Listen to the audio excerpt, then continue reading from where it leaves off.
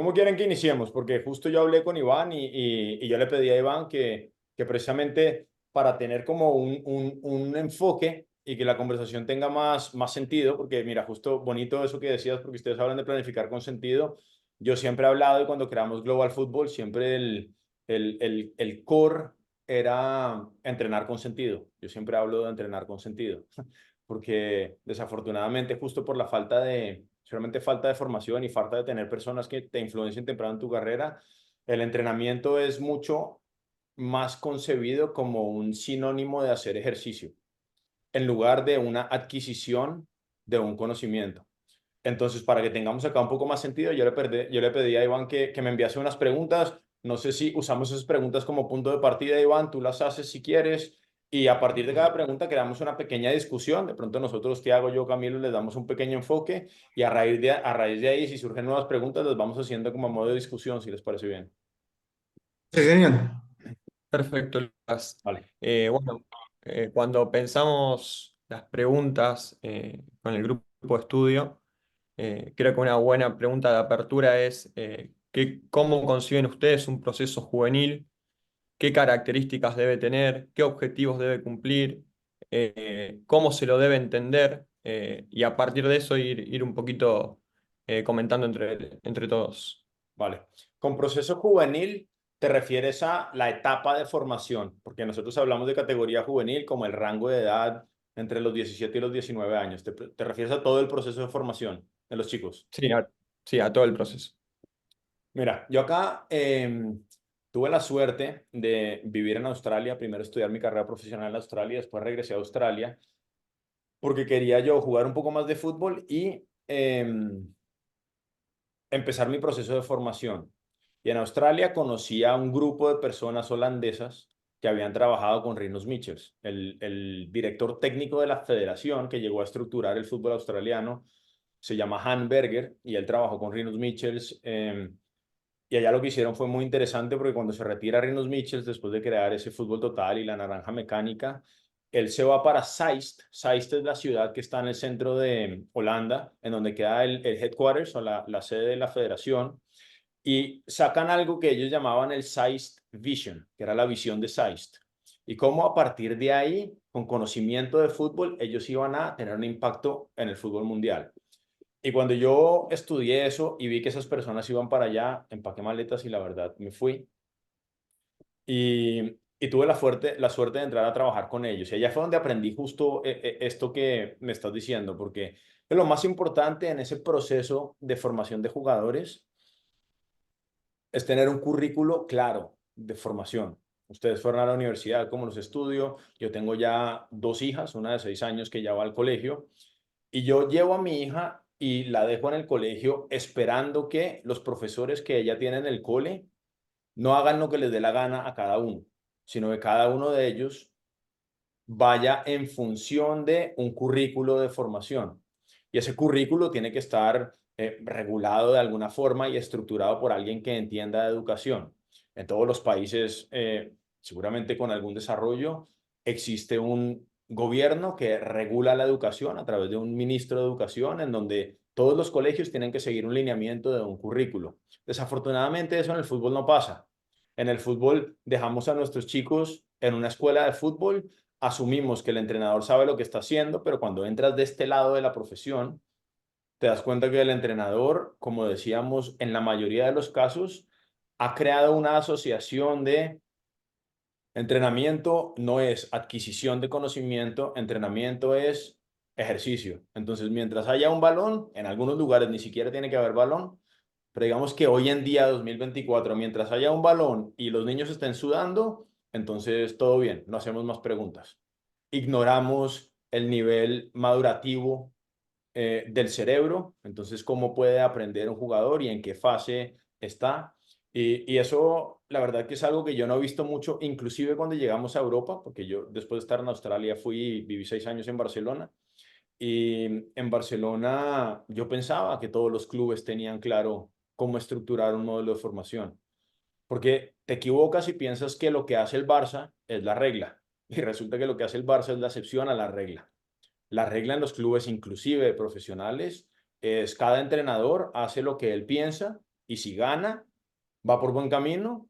Y si pierde 3 partidos seguidos, ya estamos hablando con otro porque hay que cambiarlo. Pero no se trabaja en función de objetivos. Entonces, básicamente esa pregunta a nivel de estructuración de currículo la tenemos que empezar a contestar con algo que sea más grande que el fútbol, y es la edad madurativa del niño o del jugador.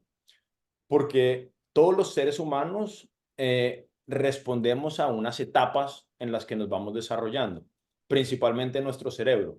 Entonces, si tú tienes a niños de 10 años que todavía no tienen esta parte del cerebro desarrollado, la corteza prefrontal, la prefrontal cortex, estos niños no tienen la capacidad de tomar todavía decisiones complejas y abstractas simplemente porque esa parte del cerebro todavía no está desarrollada. Entonces, si nosotros entendemos cómo evolucionan los niños, cómo evolucionamos el ser humano, estructuramos un currículo de formación que respete eso tal como esperamos que se haga en el colegio. Entonces, para simplificar un poco una historia que podría ser muy larga, ¿no? Lo que nosotros hemos encontrado es que cuando tú estudias una acción de juego, eh, cada acción de juego, cada interacción humana respeta unas fases. Entonces vamos a imaginar que todos estamos en un partido de fútbol y el árbitro pita una falta y tú, Iván, ahora vas a cobrar esa falta. Entonces, ¿qué es lo primero que tienes que hacer antes de realizar una acción? Y la acción que vas a realizar es un pase, porque con una falta no puedes conducir. Hay que esperar a que el árbitro pite y tú tienes que realizar un pase. Entonces, ¿qué es lo primero que tienes que hacer? Evidentemente, lo primero que hay que hacer es comunicarte con el entorno, porque si de un momento a otro está de noche, apagan las luces y te tapan los oídos y tú no puedes ni ver ni escuchar, tú no sabes en qué dirección realizar el pase, o en qué dirección vas a patear el balón. Entonces, antes de tú patear el balón, necesitas comunicarte con tus compañeros y con los oponentes. Tú lo haces ya porque tienes una comprensión del juego desarrollada, lo haces así. Entonces tú sabes que si vamos a asumir que tienes la falta es en medio campo, vas hacia campo contrario y tú ves que tu extremo por izquierda está marcado por el lateral derecho contrario. Pero de pronto te das cuenta que el extremo por derecha está completamente solo porque en el momento en que el árbitro pita, el lateral contrario había ido a campo contrario. Entonces tú le pasas el balón a ese extremo por derecha y no al extremo por izquierda porque ya tenías un compañero que estaba libre. Esto lo hacemos sin cuestionarnos el por qué. Pero en realidad tú lo haces es porque te comunicas con el entorno, ves tus compañeros, ves los oponentes y ves que por allá hay más probabilidad de llegar a campo contrario. Entonces esta primera fase de una acción de juego es la comunicación, porque es un intercambio de información entre nosotros y los oponentes. ¿Por qué? Porque si tu compañero, ese extremo, te está dando la espalda, entonces tú no le vas a pasar el balón, porque no se puede comunicar contigo. Pues, lógicamente, en función de esa comunicación, tú tomas una decisión y después ejecutas esa decisión. Y este ciclo de comunicación, decisión y ejecución, que es diferente a percepción, porque mucha gente ha usado el modelo de percepción, decisión, ejecución, pero percepción quiere decir que es solamente una vía. Percepción quiere decir que tú simplemente percibes, pero que tú no emites información. Pero simplemente con tu orientación corporal, para tú ponerte de este lado, el compañero tuyo, ese extremo por derecha, ya está en una posición o ya está, tú le estás enviando información diciéndole, ojo que te puedo pasar el balón. Y entonces en ese momento él se prepara para hacer el apoyo que tú estás buscando. Entonces, con esa referencia de comunicación, decisión y ejecución es mucho más fácil estructurar un currículo. Porque ahora tú ves que los niños pequeños que todavía no tienen esta parte del cerebro desarrollada necesitan aprender principalmente a ejecutar las acciones dominantes que hay en el fútbol. Entonces, ¿qué haces? Simplificas un poco lo que es las situaciones de entrenamiento. Entonces, por eso en países como Holanda, Australia lo adoptó.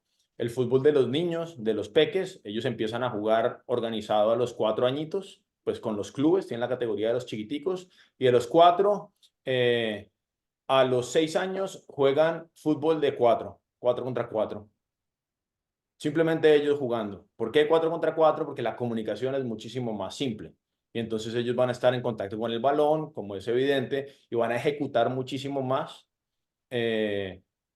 acciones que si jugaran un fútbol más complejo. Entonces, la primera etapa, y allá la estructuran de los 4 a los 8 años, la llaman o nosotros la hemos simplificado llamándolo, ¿no? La optimización del jugador, en donde dominantemente ponemos énfasis en la ejecución de las decisiones, no la ejecución de una técnica, porque la ejecución de una técnica quiere decir que matas el fútbol y no hay oponentes, pero si no hay oponentes, de entrada no hay decisiones y el jugador tiene que ejecutar la decisión del entrenador en lugar de ejecutar la decisión de una acción.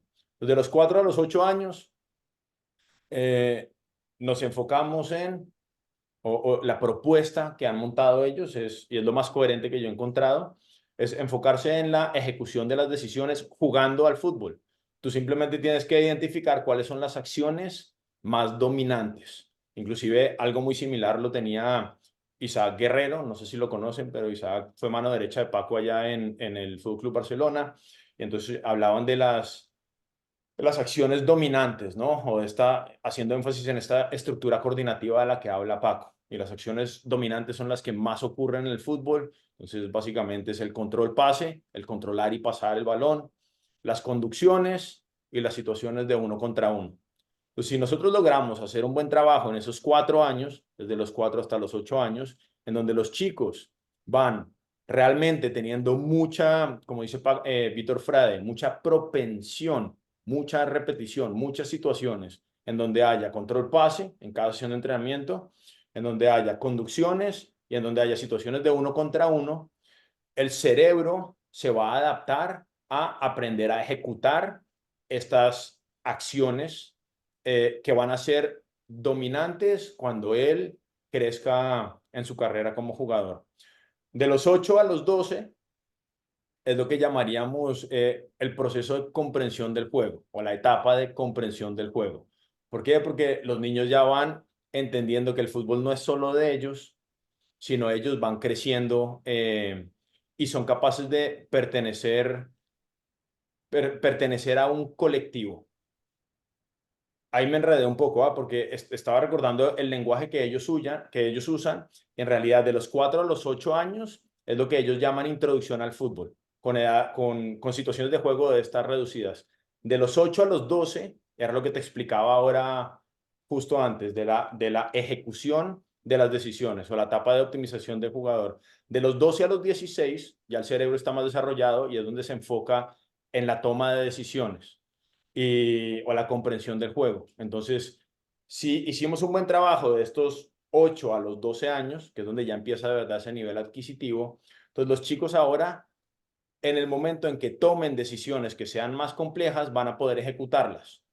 Porque no es lo mismo tú ver un pase que el mejor pase puede ser encontrando a un compañero libre a los 40 metros, pero si sabes que no lo puedes ejecutar, entonces seguramente tomes una decisión que está subordinada o limitada por la falta de esa ejecución.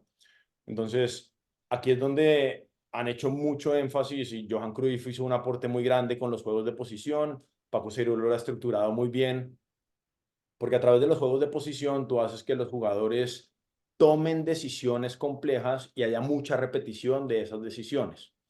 Y juegos de posición desde el 3 contra 3 más 3, por poner un ejemplo, hasta un 8 contra 8 más 3, a 9 contra 9 más 2, con todos múltiples tipos de variantes que se te puedan ocurrir. Entonces, en esa edad de los 12 a los 16, etapa de compresión del juego, y de los 16 a los 19, a los 20, como termina acá, entonces ya cobra relevancia ese aspecto táctico del fútbol, en donde ahora ya el jugador no toma decisiones para beneficio propio, sino toma decisiones para beneficio del equipo. Y lógicamente ya ahí aparece en el hombre sobre todo la hormona testosterona, y entonces la testosterona te permite ya que haya una adaptación condicional mucho más importante, y entonces ahí ya tiene mucho más sentido que hagamos énfasis en desarrollo táctico, en decisiones que el jugador comprenda cuál es la diferencia de jugar un 1-4-3-3 contra un 1-4-4-2 en línea. Y entonces que en la mitad vas a tener un 3 contra 2. y que la decisión que tú tomas no es para beneficio tuyo, sino cómo sacamos ventaja de ese 3 contra 2 que tienes en la mitad o como sea. Entonces, en función de eso, tú puedes estructurar un currículo en donde intentas hacer que el entrenador sea experto en cada una de esas etapas. De los 4 a los 8, entrenadores que les gusta trabajar con niños, más recreadores que otra cosa, pero simplemente es que el niño aprenda a conocer cuál es el reglamento del fútbol. No se puede jugar con las manos, etcétera.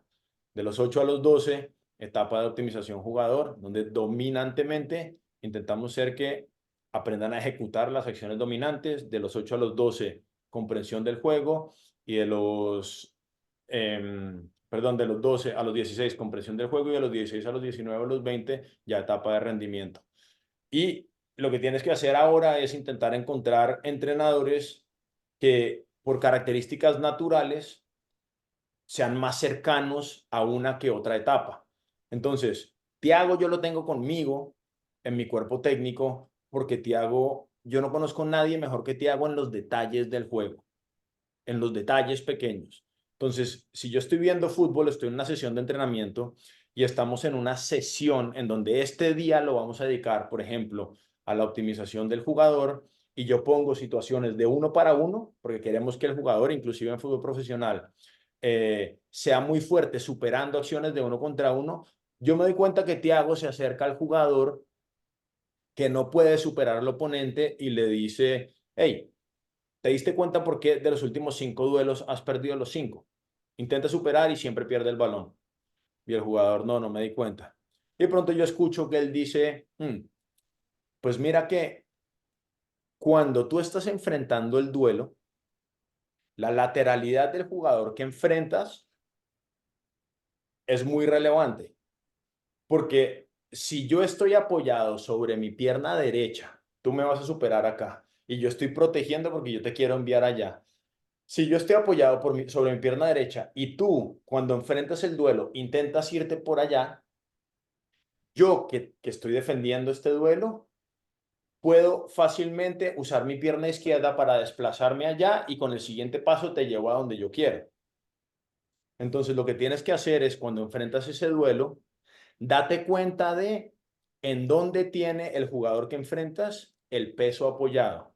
Y tienes que esperar al momento en que tenga el peso apoyado sobre la pierna de adelante y le atacas esa pierna.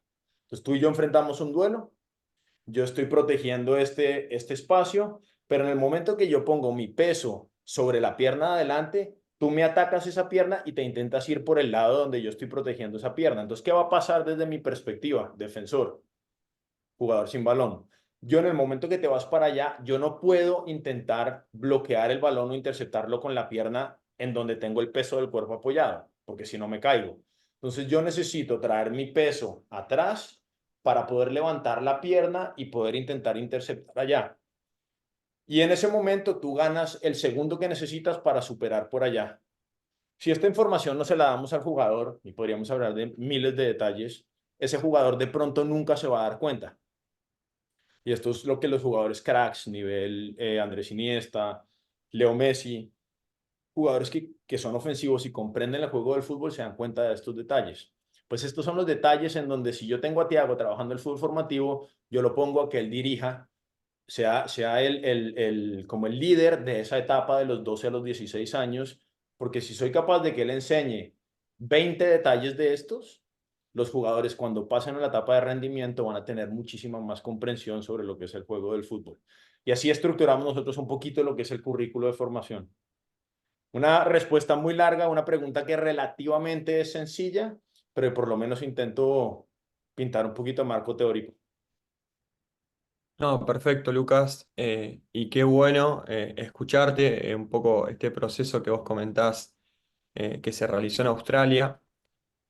Un poco la pregunta la formulamos y se la formulamos a otros entrenadores y entrenadoras, porque lo primero que nosotros hicimos como grupo de estudio y de investigación para después proponer un enfoque metodológico fue revisar lo que había y Claro. revisar también lo que había a nivel local, en nuestra ciudad, en nuestro país, y nos encontramos no solamente con una formación precaria a la hora del entrenamiento, sino también con un desconocimiento general.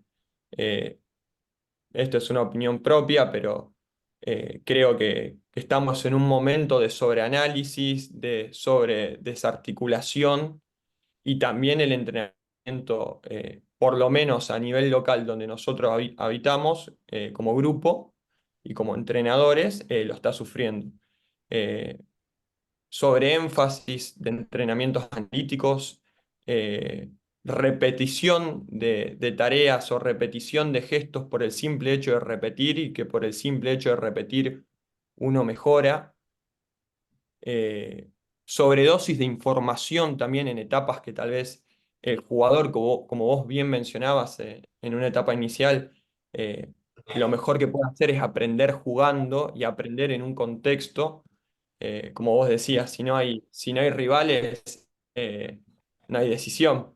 Eh, entonces, un poco a la hora de proponer nuestro enfoque, lo primero que hacemos y lo primero que mantenemos casi como actividad es saber qué está pasando, saber cuáles son las experiencias de otros entrenadores, saber qué está pasando en el mundo, como decía Seba al inicio, para hacer una lectura y un análisis de eso.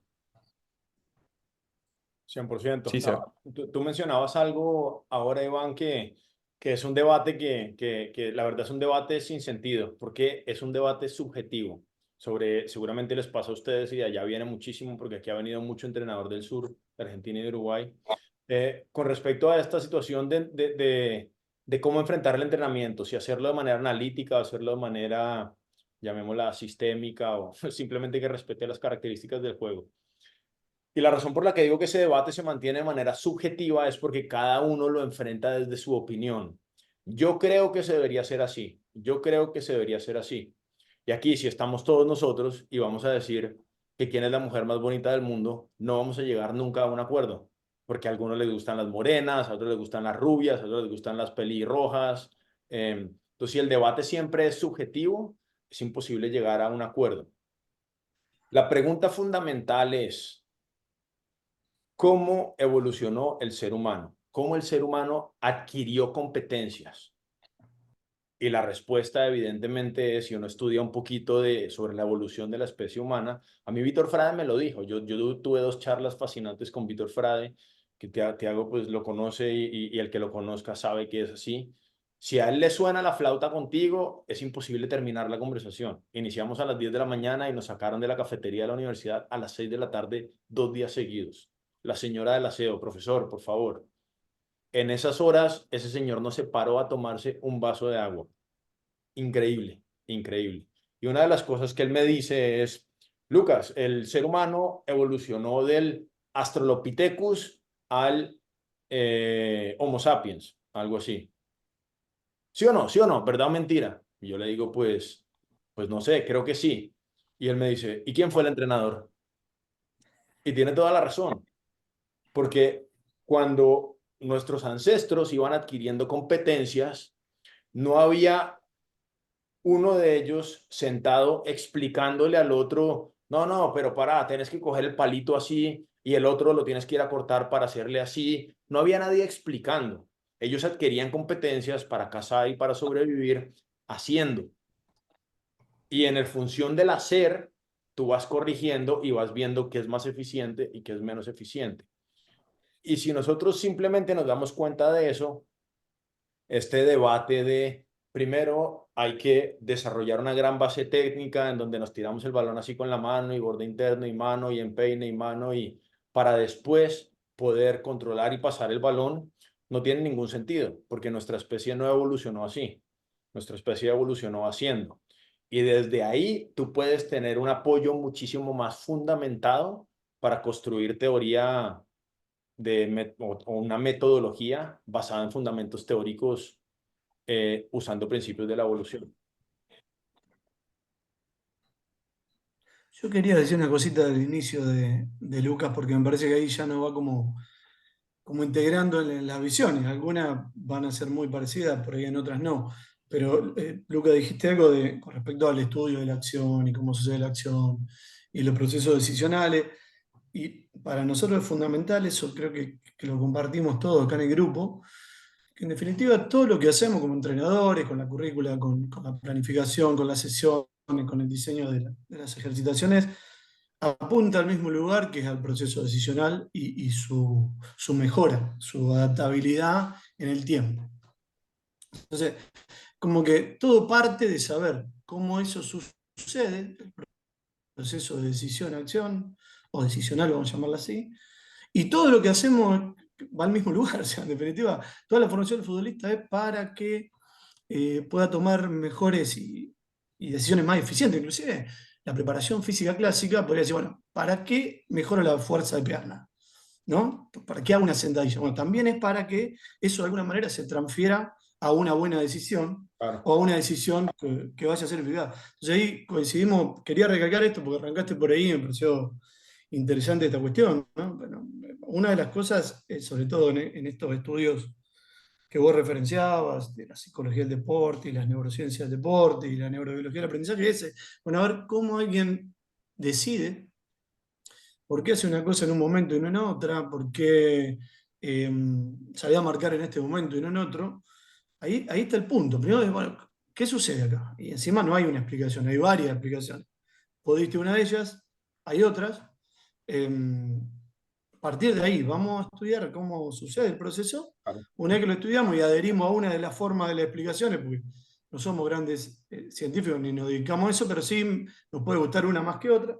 Y después todo lo que vamos a hacer es para eso, en definitiva, ¿no? Para mejorar ese proceso, pero primero hay que conocerlo el proceso. Si no, uno dice, bueno, estamos manipulando o tratando de afectar positivamente algo que en definitiva no sé ni cómo sucede. Y esto pasa, me toca ser profe de ATFA y demás, cuando uno dice, bueno, ¿cómo es? Y lo que prima es el sentido común. Bueno, la información entra, ingresa, programa motor, engrama, ese tipo de explicación más convencional, ¿no? Y hay otras, y las otras lo que tienen de bueno es que nos hacen pensar aún más, y en definitiva terminan en cómo articulamos los ejercicios del día martes para que tengan relación con los del miércoles, y así de una manera de encuentro de esas cosas, mejorarlo. Pero quería puntualizar eso de la acción porque, sí, ahí estamos, hay que saber cómo sucede la acción. ¿Cómo entrenamos la mejora de la acción si no sabemos cómo sucede, ¿no? 100%. Claro. Sí, 100%. Y como tú dices, ¿no? Hay diferentes teorías y diferentes formas de intentar comprenderlo, pero en esencia estamos intentando es hacer que un jugador de fútbol que está interactuando con un contexto, yo jugador interactúo con contexto que es fútbol. ¿Y qué es el fútbol? Pues el fútbol es compañeros, oponentes, una pelotita que estamos intentando meterla en la portería de ellos más veces que en la nuestra, constreñidos por 17 reglas. Y ahora, en función de eso, todo lo que yo haga como jugador tiene que tener un sentido para intentar hacer que la pelotita entre una vez más allá que en mi portería. Entonces, si yo no tengo el balón, pero mi equipo lo tiene, entonces como equipo estamos en disposición del balón, no es lo mismo que yo me quede acá a que yo venga 10 metros para acá, porque al yo venir 10 metros para acá, estoy influenciando lo que hace el oponente, creando Claro. una situación de ventaja, o si estoy en ignorancia, de desventaja, a mi compañero que tiene posibilidades de acercar la pelotita más cerca de la portería contraria. Entonces, todo lo que yo haga y hacer es actuar. Entonces, cada acción que yo realice tiene que tener un sentido. Entonces, este entrenamiento, y ahora hablábamos de grandes rasgos de una propuesta de cómo estructurarlo en un proceso de formación de 15 años o 12 años de un jugador, pero cada entrenamiento tiene que ir orientado a que lo que el jugador hace cuando su equipo tiene el balón o cuando no lo tiene, de alguna forma contribuya con el propósito del juego, que es marcar un gol más que el oponente. Si nosotros eliminamos alguno de esos ingredientes, es decir, matamos el fútbol porque le damos un balón a cada uno en lugar de un balón entre todos, porque pensamos que el niño no puede jugar entre cuatro, entonces claro, ¿qué sentido tiene lo que estamos haciendo? Da igual, si yo tengo mi balón y el de al lado también tiene balón y cada uno de nosotros tiene el balón, no hay ninguna diferencia en que estemos 5 metros más acá o 10 metros más acá, no estamos influenciando el comportamiento de nadie. Y esto es lo que el niño tiene que entender desde pequeño, porque todo lo que él hace va a tener una consecuencia, con balón y sin balón. Y todo lo que él haga tendría idealmente para jugar un fútbol de alta calidad, todo lo que él haga tiene que tener un porqué. Ya otra discusión es que le preguntemos al jugador si es consciente de por qué lo hizo. Puede que no sea consciente. Puede que tú le Ah, preguntes. esa me gusta, ¿eh? Esa es Esa otra, pregunta, esa es otra. sí, sí, sí, claro. Pero tendría que contribuir de alguna forma para jugar fútbol de alta calidad. Lo que todo jugador hace tiene que contribuir para tener más probabilidades de meter la pelotita allá que meterla acá. Y hay jugadores, perfil, no sé, Pep Guardiola jugador, ahora habrán muchos, en donde tú le preguntas y él te va explicando el porqué de las cosas. Hey, Rodri, Pep, yo me di cuenta que tú cuando levantaste la cabeza viste que el extremo de allá podía recibir el balón, pero tú no se lo diste la primera, tú te giraste para este lado y repetiste un pase más. ¿Por qué lo hiciste? ¿Por qué no jugaste de primera para allá? Y él te va a decir, pues fácil, porque cuando yo miré para allá, el lateral contrario estaba a 5 metros. Yo me di cuenta que si yo me giraba para acá y repetía un pase más, ese lateral se iba a mover 3 pasos para acá y en el siguiente pase yo lo encontraba ahora con más ventaja que antes. Hay jugadores que te lo pueden explicar. Al fin y al cabo lo que nos interesa es que el jugador lo haga, que cree situaciones ventajosas para los compañeros. Si lo puede explicar, seguramente podrá ser un gran entrenador.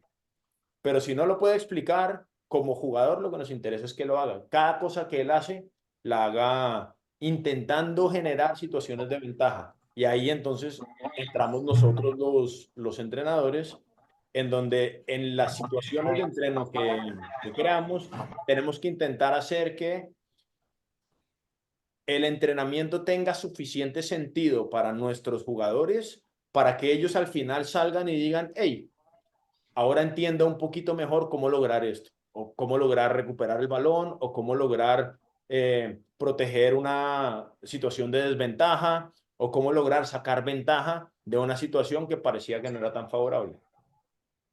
Sí, o posiblemente también se vayan y no tengan esa capacidad de reflexionarlo, pero aún así, en el lugar donde le va a demandar esa acción, va a tener un Exacto. argumento diferente para hacerlo. Muy interesante lo que decía de la pelota por niño. Yo, muchas veces estamos muy acostumbrados a esto de no la tocó muchas veces en el entrenamiento y no entrenó, no le sirvió. Y en realidad las disposiciones, las ubicaciones, las distancias, los tiempos se entrenan más mirando que inclusive haciendo. Poder estar con esa pelota, evidentemente rompe la lógica del juego, te puede servir para exaltar alguna condición técnica, evidentemente tener una pelota con un niño, pero rompe la lógica del juego porque hay una sola para los demás.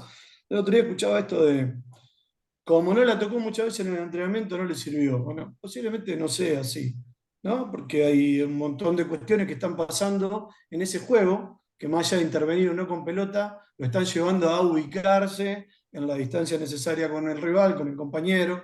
¿No? Ese ejemplo está muy bien, coincidimos en eso. Sin duda. Está queriendo entrar en la conversación. Seba, silencia si no repercute, me parece. Ahí está. Creo que está queriendo entrar en la conversación, pero me parece que lo mejor es dejarlo para otro día. El concepto o lo que venimos nosotros estudiando de espacio de fase, entenderlo y comprenderlo favorece mucho a la hora de planificar y entender cómo planificamos los entrenamientos. Eh, pero si querés, vamos a una pregunta más y después ya contamos un poco nuestro desarrollo metodológico si no se hace tan largo. Dale, dale. Pero si quieres hablamos un poquito por encima de los espacios de fase, porque creo que es un tema muy, muy Lo, bonito. ¿Te lo parece? anclo a la que viene ahora, que te va a quedar Vale, cómodo para responder todo. Eh, y también aprovecho que está a gusto, que es con el entrenador que venimos pensando estas ideas. Eh, Te pregunto y les pregunto a todos por el tema del juego de ubicación. Esta forma de entender el juego que propuso entre Lillo, entre Paco Seidule, que fueron formulando. Eh, ¿Cómo crees vos que se puede aplicar en un fútbol formativo? Eh, Entendiendo, por lo menos acá en Argentina, todavía no se ha hecho una lectura correcta, esto ya es una opinión más personal, eh, porque se tila muchas veces que este juego inhibe la creatividad del futbolista argentino, eh, que no lo deja ser libre, que lo tiene anclado a una zona, eh, y que lo más importante es el control y el pase. Después vos lo ves a Foden haciendo las cosas que hace y son antítesis de lo que se dice y lo que realmente pasa. Bueno, ¿cómo crees vos que esta idea de este juego de ubicación se puede aplicar a un fútbol formativo? ¿Qué le brinda al futbolista? Nosotros, por ejemplo, como grupo, adherimos a esta forma de jugar por el hecho de una estructura, de la capacidad que tenga el jugador de mirar largo y ancho en todo proceso. Pero bueno, abro ahí pregunta para vos, Lucas, y también para Tiago, para Camilo, para todos. vale. No, y qué bonito que digas de una vez el juego de ubicación, porque quiere decir que seguro ustedes están up to date con la información de Paco, porque ese es una evolución relativamente reciente, no es tan antigua, en donde Paco y Juanma empezaron a hablar del juego de ubicación. La historia es bonita en donde Paco y Juanma compartían y decía Paco, Juanma, perdón, que intentaba pillar a Paco, ¿no? Ellos se intentaban pillar siempre conceptualmente, porque son muy inteligentes. Entonces alguno tiene una hipótesis y entonces el otro se va pensando y dice, bueno, por acá lo pillo y el otro no tiene la respuesta, intenta pillar al otro. Entonces dice Juanma que en alguna de esas del juego de posición lo llama, lo tiene en el altavoz y le dice, hey, Paco, se puede estar bien posicionado y mal situado, porque ellos habían cambiado un poco el nombre de juego de posición a juego de situación. Y Paco se queda pensando y dice, bien posicionado y mal situado. Sí, se puede estar bien posicionado y mal situado. Tú puedes estar en un lugar bien posicionado, pero estás mal situado en relación a lo que te demanda esa situación. Entonces le dice, por eso no se puede llamar ni juego de posición ni juego de situación. Estamos hablando del juego de ubicación, porque si tú hablas de estar bien ubicado, ahí implícitamente estás bien posicionado y bien situado, porque la ubicación hace referencia a eso. Entonces, por eso evolucionó un poquito el nombre. Me llama la atención lo que tú dices que la gente, porque la gente siempre quiere estar de moda, pero que allá por la tierra de ustedes dicen que se coarta un poco posiblemente las características propias del jugador. Pero, Tiago, si yo te diría que hay un club en el mundo que ha centrado su formación en torno a el juego de ubicación y es el único club del mundo que ha logrado que tres jugadores formados en su cantera sean en el mismo año nominados al Balón de Oro, ¿de qué club estaríamos hablando? El Barça. Y si yo te digo cuál es el mejor jugador de la historia del fútbol, ¿tú qué me dirías? Sí, Y si yo te digo que cuál es el jugador más creativo de la historia del fútbol, Messi. y si yo te diría que futbolísticamente, ¿a dónde fue al colegio Messi? ¿Tú qué me dirías? A la Masía, futbolísticamente. Claro, y eso en sí mismo ya es fin del debate para que alguien diga que el juego de ubicación coarta a los jugadores, porque Leo es el máximo ejemplo, como dice Paco, no, Leo y Andrés Iniesta, y pues juntas ahí a Xavi, a Sergio Busquets, son los máximos exponentes de este juego. Lo que pasa es que hay que entender qué es ese juego de ubicación o qué hacen referencia a ellos con el juego de ubicación. Entonces, de la forma más sencilla, Tiago, si yo te pregunto a ti, ¿qué entiendes tú por juego de ubicación? ¿Cómo contestarías tú eso? Es la manera como el equipo se organiza en los espacios teniendo como referencia el balón, es decir, se ubican en relación al balón. Sí. Yo hubiera contestado exactamente lo mismo y sé porque tú estuviste en muchas formaciones con Paco que hacia allá iba la cosa. Y cuando hablamos de espacios de fase, estamos hablando precisamente de lo mismo. Entonces la gente intenta poner más nombre e intentar inventar más historias, que era lo mismo que yo te decía de los que estudiamos la periodización táctica a través de los libros de Xavi Tamarit y a través de los que leyeron los libros de Xavi Tamarit porque no teníamos acceso o no hablábamos portugués. Pasa lo mismo un poco cuando uno no conoce a Paco hasta que uno conoce a Paco. Entonces las cosas son mucho más sencillas. Pero lo que él ha propuesto, o ellos en plural, partiendo pues de Rinus Michels y inspirado en otros entrenadores, pero propiamente de Johan Cruyff en el Barça, es entender que, y parece tonto lo que te voy a decir, pero es que de ahí surge todo esto del juego de ubicación. Entender que el fútbol se juega con un solo balón, uno solo. Entonces, tradicionalmente, como el fútbol se juega en un espacio con dos porterías, los equipos se han organizado para atacar una portería y defender la propia.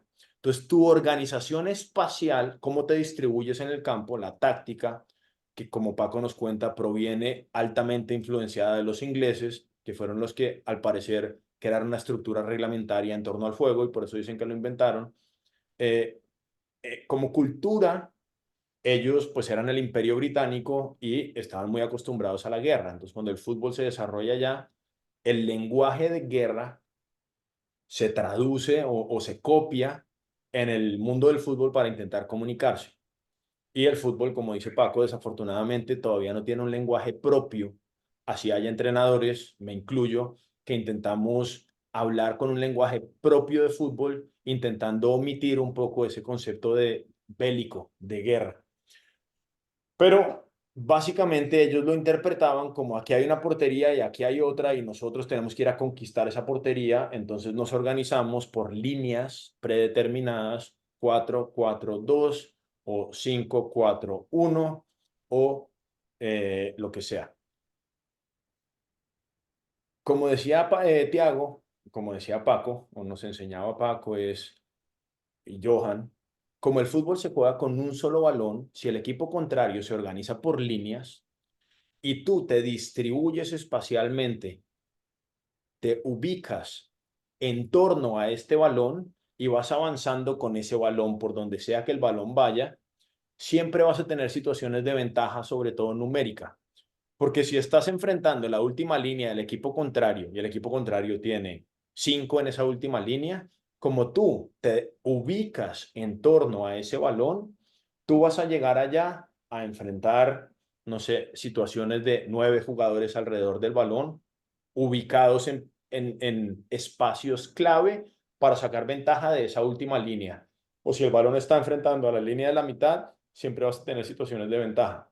Y de ahí parte un poco el concepto de el juego de ubicación. En esencia, no es otra cosa que tú aprender, o más bien, tú como entrenador, enseñarle a tus jugadores a ubicarse para poder dominar el balón en lugar de ubicarse por líneas predeterminadas. Recuerdo un video que veíamos para intentar conocer este concepto, ¿no?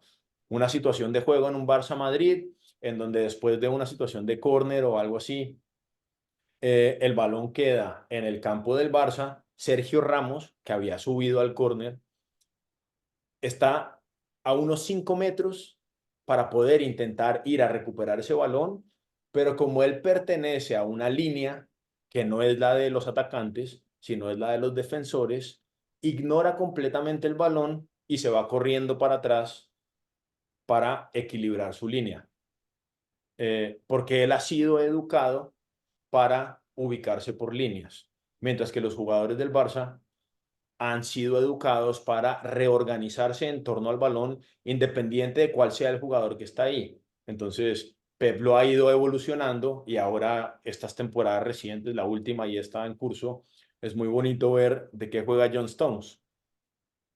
¿De qué juega? Yo lo hacía en mi América, en Águilas también, pero el último equipo que dirigí en América y tuve muchas críticas, pero entendí yo rápido que parte de las críticas era porque al comentarista le costaba explicar cómo jugaba el equipo de nosotros.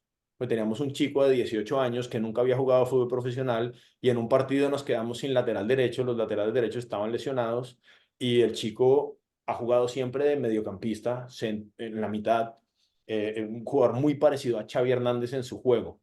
Y yo le dije, listo, cuando tengamos el balón, tú apareces en ese espacio y tenemos uno más en la mitad. Lo único que te voy a pedir es que cuando perdamos el balón, tú vas y te juegas el duelo con el extremo de ellos. No puedes dejarme tirado.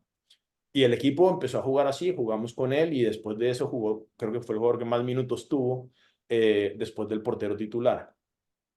Porque no es jugar a organizarte 4-4-2 o 4-3-3 o 5-4-1, es jugar a organizarte en torno al balón. ¿Cómo logras eso? Un poco tu pregunta en categorías formativas. No, Paco siempre nos creaba a nosotros o nos hacía mucho énfasis en que la estructura de entrenamiento era fundamental y, lógicamente, para entrenar con sentido, era fundamental cómo generabas esa estructura de entrenamiento. Y para simplificarlo, él simplemente decía todos los entrenadores, todos los entrenamientos del mundo, de todas las categorías del Barça, inician con un rondo, después tenemos un juego de posición y después terminamos con un partido. Rondo, juego de posición, partido. No quiere decir que todos los entrenos son iguales. Algún tipo de rondo, y hay cientos de ejemplos que podríamos usar. Juegos de posición, bien sea pequeños, medianos o grandes, depende de los jugadores que tengas, haces 2 de 4 contra 4 más 3, o 2 de 3 contra 3 más 3, o haces 1 de 8 contra 8 más 3, o lo que sea. Y después terminas con algún tipo de partido en donde evalúas un poco si hay adquisición de lo que has intentado hacer énfasis antes. Pues, sobre todo en esta parte de los juegos de posición, cuando tú no tienes una portería a la que estás directamente intentando atacar, como dice la gente tradicionalmente hablando, eso te obliga a que el atractor, que es la portería, porque todos queremos marcar gol, pasa ahora a un segundo plano o desaparece porque no lo tienes presente. Tienes otra forma de puntuar para que haga fútbol, la que sea que se te ocurra. Ojalá que no sea 100 toques, sino que sea un poco más creativo. Pero dentro de ese juego de posición, ahora el atractor principal es el balón. Ya no tienes porterías que hagan que tú te organices para atacar esa portería o para defender que te entre en tu portería. Y los jugadores empiezan a aprender cómo reorganizarse en torno al balón. Y eso lo veíamos en el Barça de Pep Guardiola, después en el Bayern de Pep Guardiola y lo vemos mucho ahora, no solamente en el City de Pep Guardiola, sino en el Arsenal de Arteta, que estuvo con Pep Guardiola. Y uno de los que más me llama la atención, partiendo de una estructura base diferente, es el Leverkusen de Xavi, que también pues tuvo a Pep y es increíble. Ese Bayer Leverkusen tiene una forma de organizarse muy particular. Si les gusta esto, un equipo que les invito a ver, que seguramente no es muy común que lo vean, es la Unión Deportiva Las Palmas esta temporada. El segundo entrenador de Las Palmas es uno de mis grandes amigos allá en España, Albert Peris. Con él fue que nosotros aterrizamos las ideas de Paco para traerlas de verdad a cómo entrenarlas en fútbol profesional de la forma más simple posible. Y Albert, cuando Paco salió, Albert quedó como director de fútbol, de metodología, perdón, del Barça. Y es alguien que ha aplicado todo lo que Paco tiene en su cabeza y lo ha aterrizado en fútbol profesional. Y yo le preguntaba un poco, bueno, ¿cómo se organizan? Y él decía, pues nosotros, ¿cómo decía Tiago? 1-8-2. Un portero, otros 8 jugadores en carril central y 2 jugadores cada uno en su carril lateral. 1, 8 por dentro y 2 por fuera. Y es un equipo que de la Liga Española es de los que más bajo está en expectativa de gol en contra. Porque como están tan juntos siempre, conceden muy pocas contras.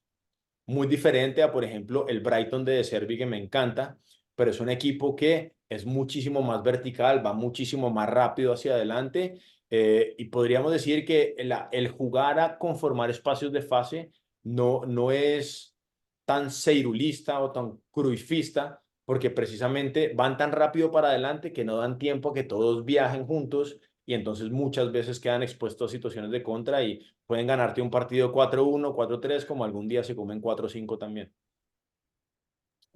Voy a abrir un pequeño paréntesis y después le doy la palabra a Seba, pero me pareció muy interesante que menciones el ejemplo de Las Palmas, porque nosotros aprovechamos en Adiur, que es el club donde trabajamos con Martín, con Facu y con Seba, que es el coordinador de la metodología, e hicimos mucho énfasis en que los entrenadores en la sesión de video semanales que tengan muestren videos de Las Palmas.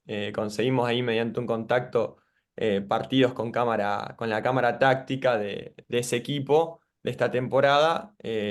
Recuerdo, por ejemplo, que nos tocó mostrar algunos recortes del partido contra Villarreal, que seguro han visto. Sí. Eh, y impresionante la facilidad de ese equipo para hacer todo esto que vos mencionás.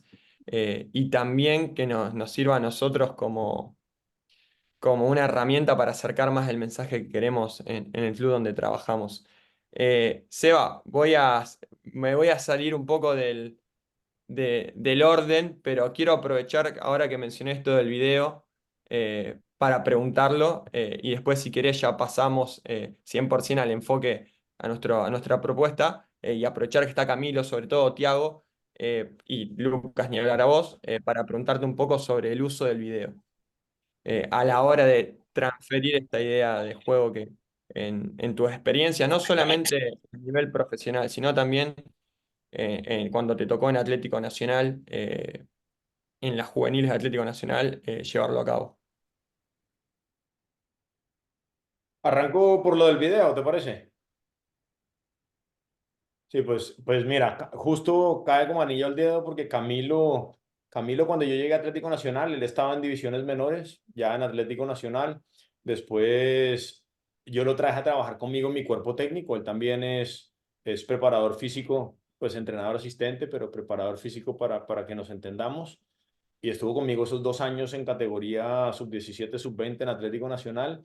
Y ahora vino a América, pero yo lo traje como un entrenador adjunto más, pero le delegué a él toda la parte del video, porque la persona que teníamos no era suficientemente competente y yo necesitaba a alguien que entendiera de fútbol. Entonces, Cami, si tú recuerdas cómo nosotros ya, porque yo también dirigía, yo era el entrenador el primer año de la sub-17, el segundo año de la sub-20, pero creé el departamento de metodología que no existía en Atlético Nacional en ese momento y lo que logramos fue crear un lineamiento para que todo el mundo siguiera una línea metodológica. Entonces, ¿qué puedes compartir tú, Camilo, de la estructura de cómo organizamos el video? ¿Cómo estaba estructurado dentro de el apoyo del video desde el punto de vista pedagógico para no solamente nuestros equipos, o sea, la sub-17, la sub-20 y después un poquito hacer el paralelo a América, sino para todas las categorías de divisiones menores?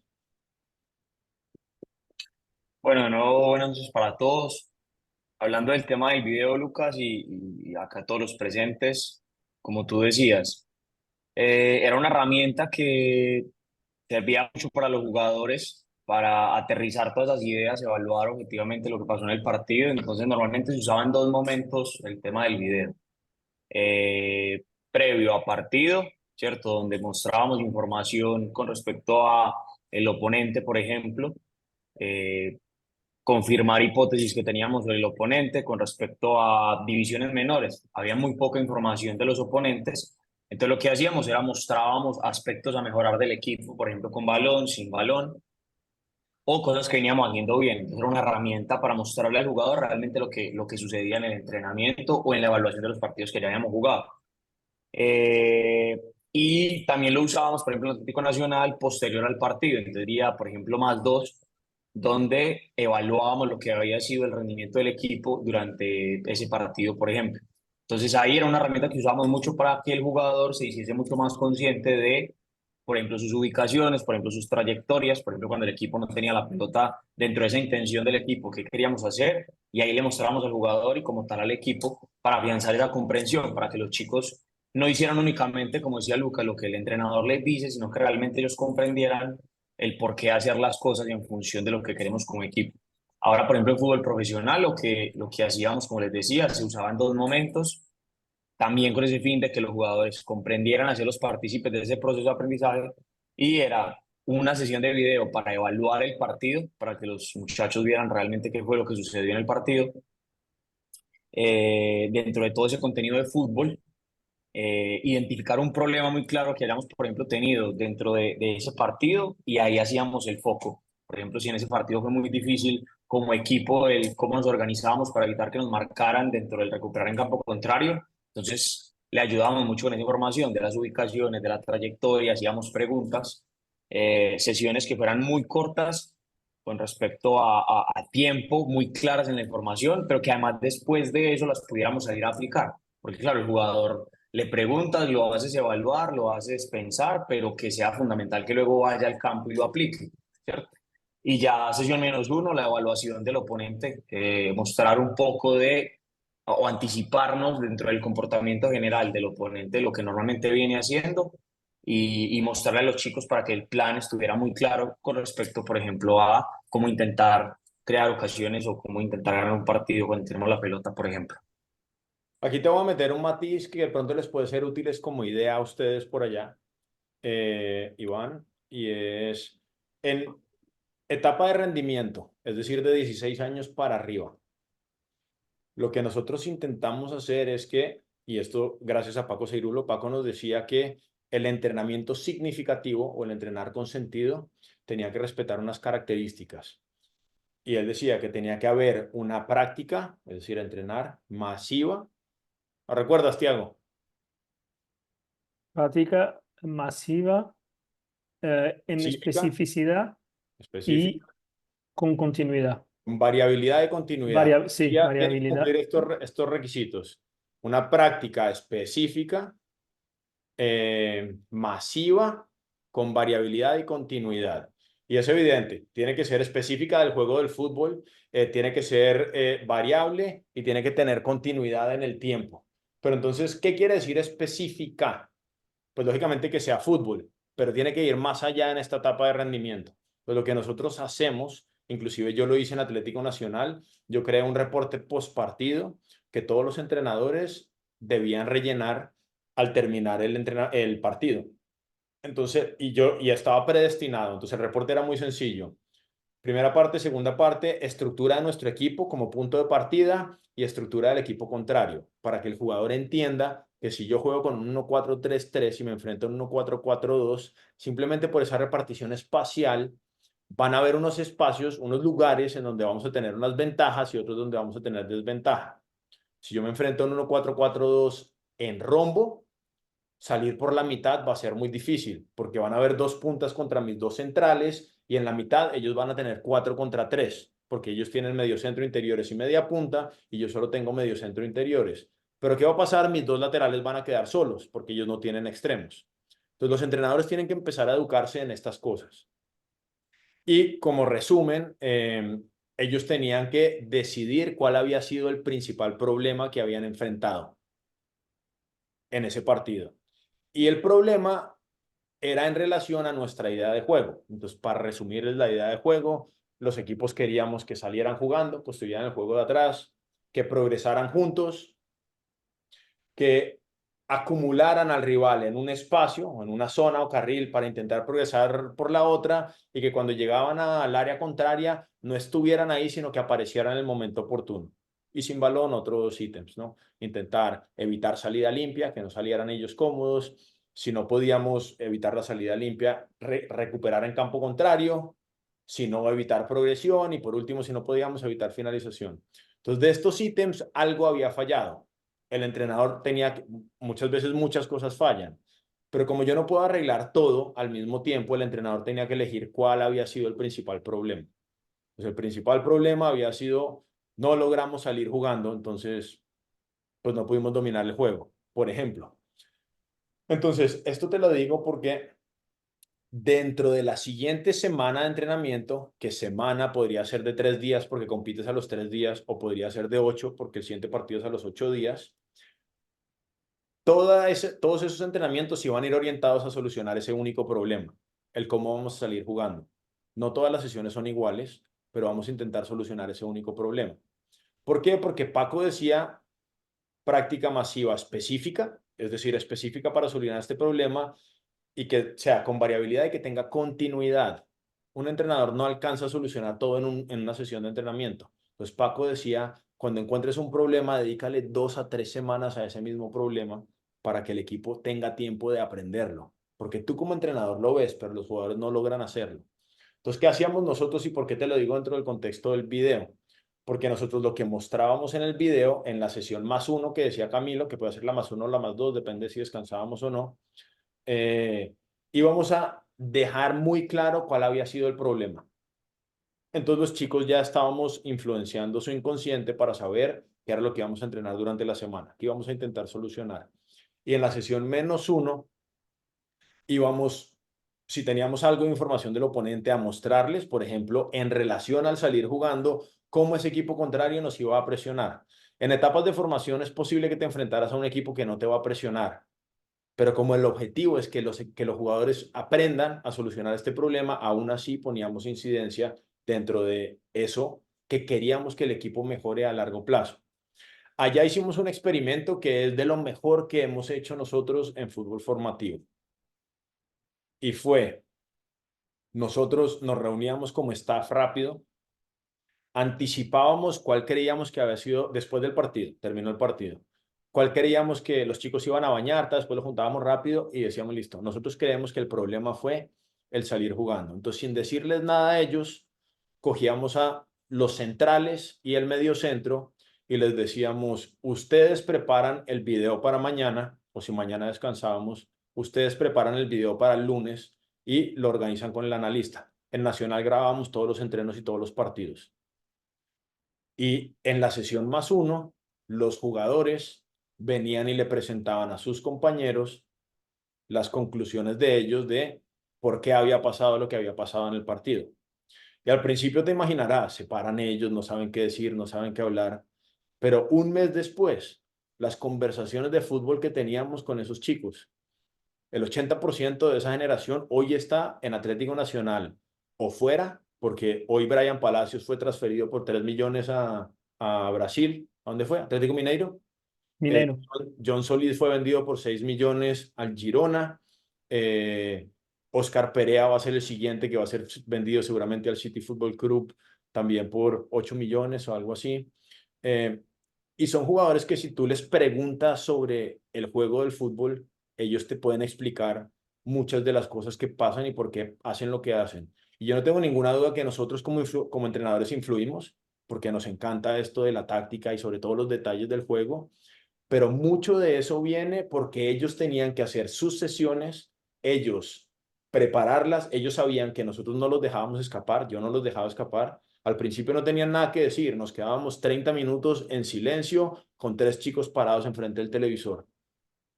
Ya te imaginarás chicos de 16 años parados enfrente del televisor, 30 minutos sin decir nada, hasta que alguno se paraba y decía algo y empezaban ahí medio a sobrevivir y se dieron cuenta que la cosa iba en serio.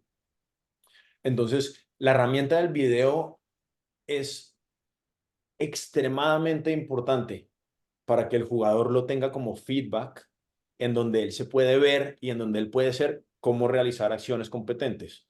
El fútbol es un deporte que desde el punto de vista condicional es muy exigente. Entonces, si tú empiezas a entrenar lo que quisiéramos todos 6 horas al día, es imposible porque te va a caer todo el mundo por acumulación de fatiga.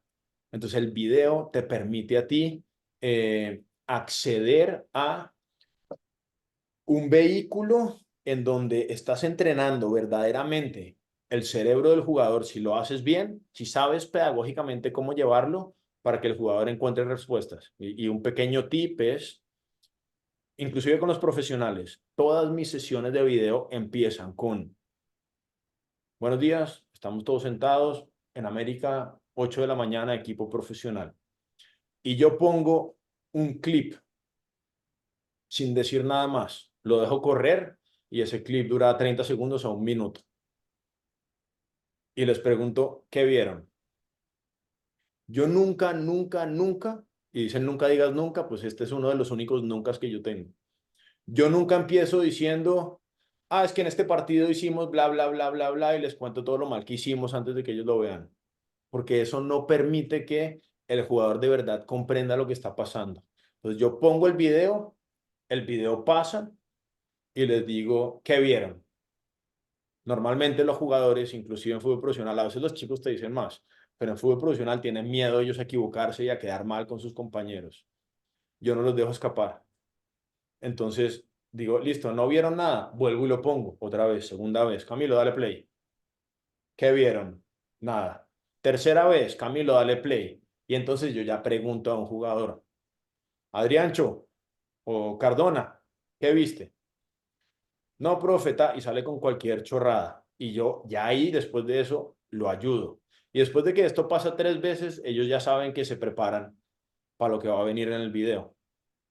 Es la forma más eficiente de hacer que el jugador de verdad saque provecho de que una sesión de video no se convierta en algo que es 30 o 20 jugadores aburridos, media hora viendo ahí y escuchando a alguien hablar como si estuvieran en clase de matemáticas. Video, ¿qué vieron? Y vamos a hablar sobre lo que ellos dicen. Otra vez video, ¿qué vieron? Y vamos a hablar sobre sus respuestas. Listo, ¿tú qué opinas? Y es la forma más eficiente de también resaltar cuando los jugadores cometen errores, no porque yo los diga cayéndoles encima, sino sus compañeros. Entonces nos marcaron una contra en donde hay un jugador que evidentemente no hizo lo que tenía que hacer.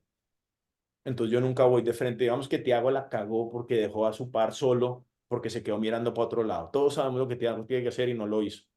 Entonces yo pongo el video 1 minuto. Camilo, ¿qué viste? Bla, bla, bla. Ok, ¿por qué crees que nos marcaron el gol?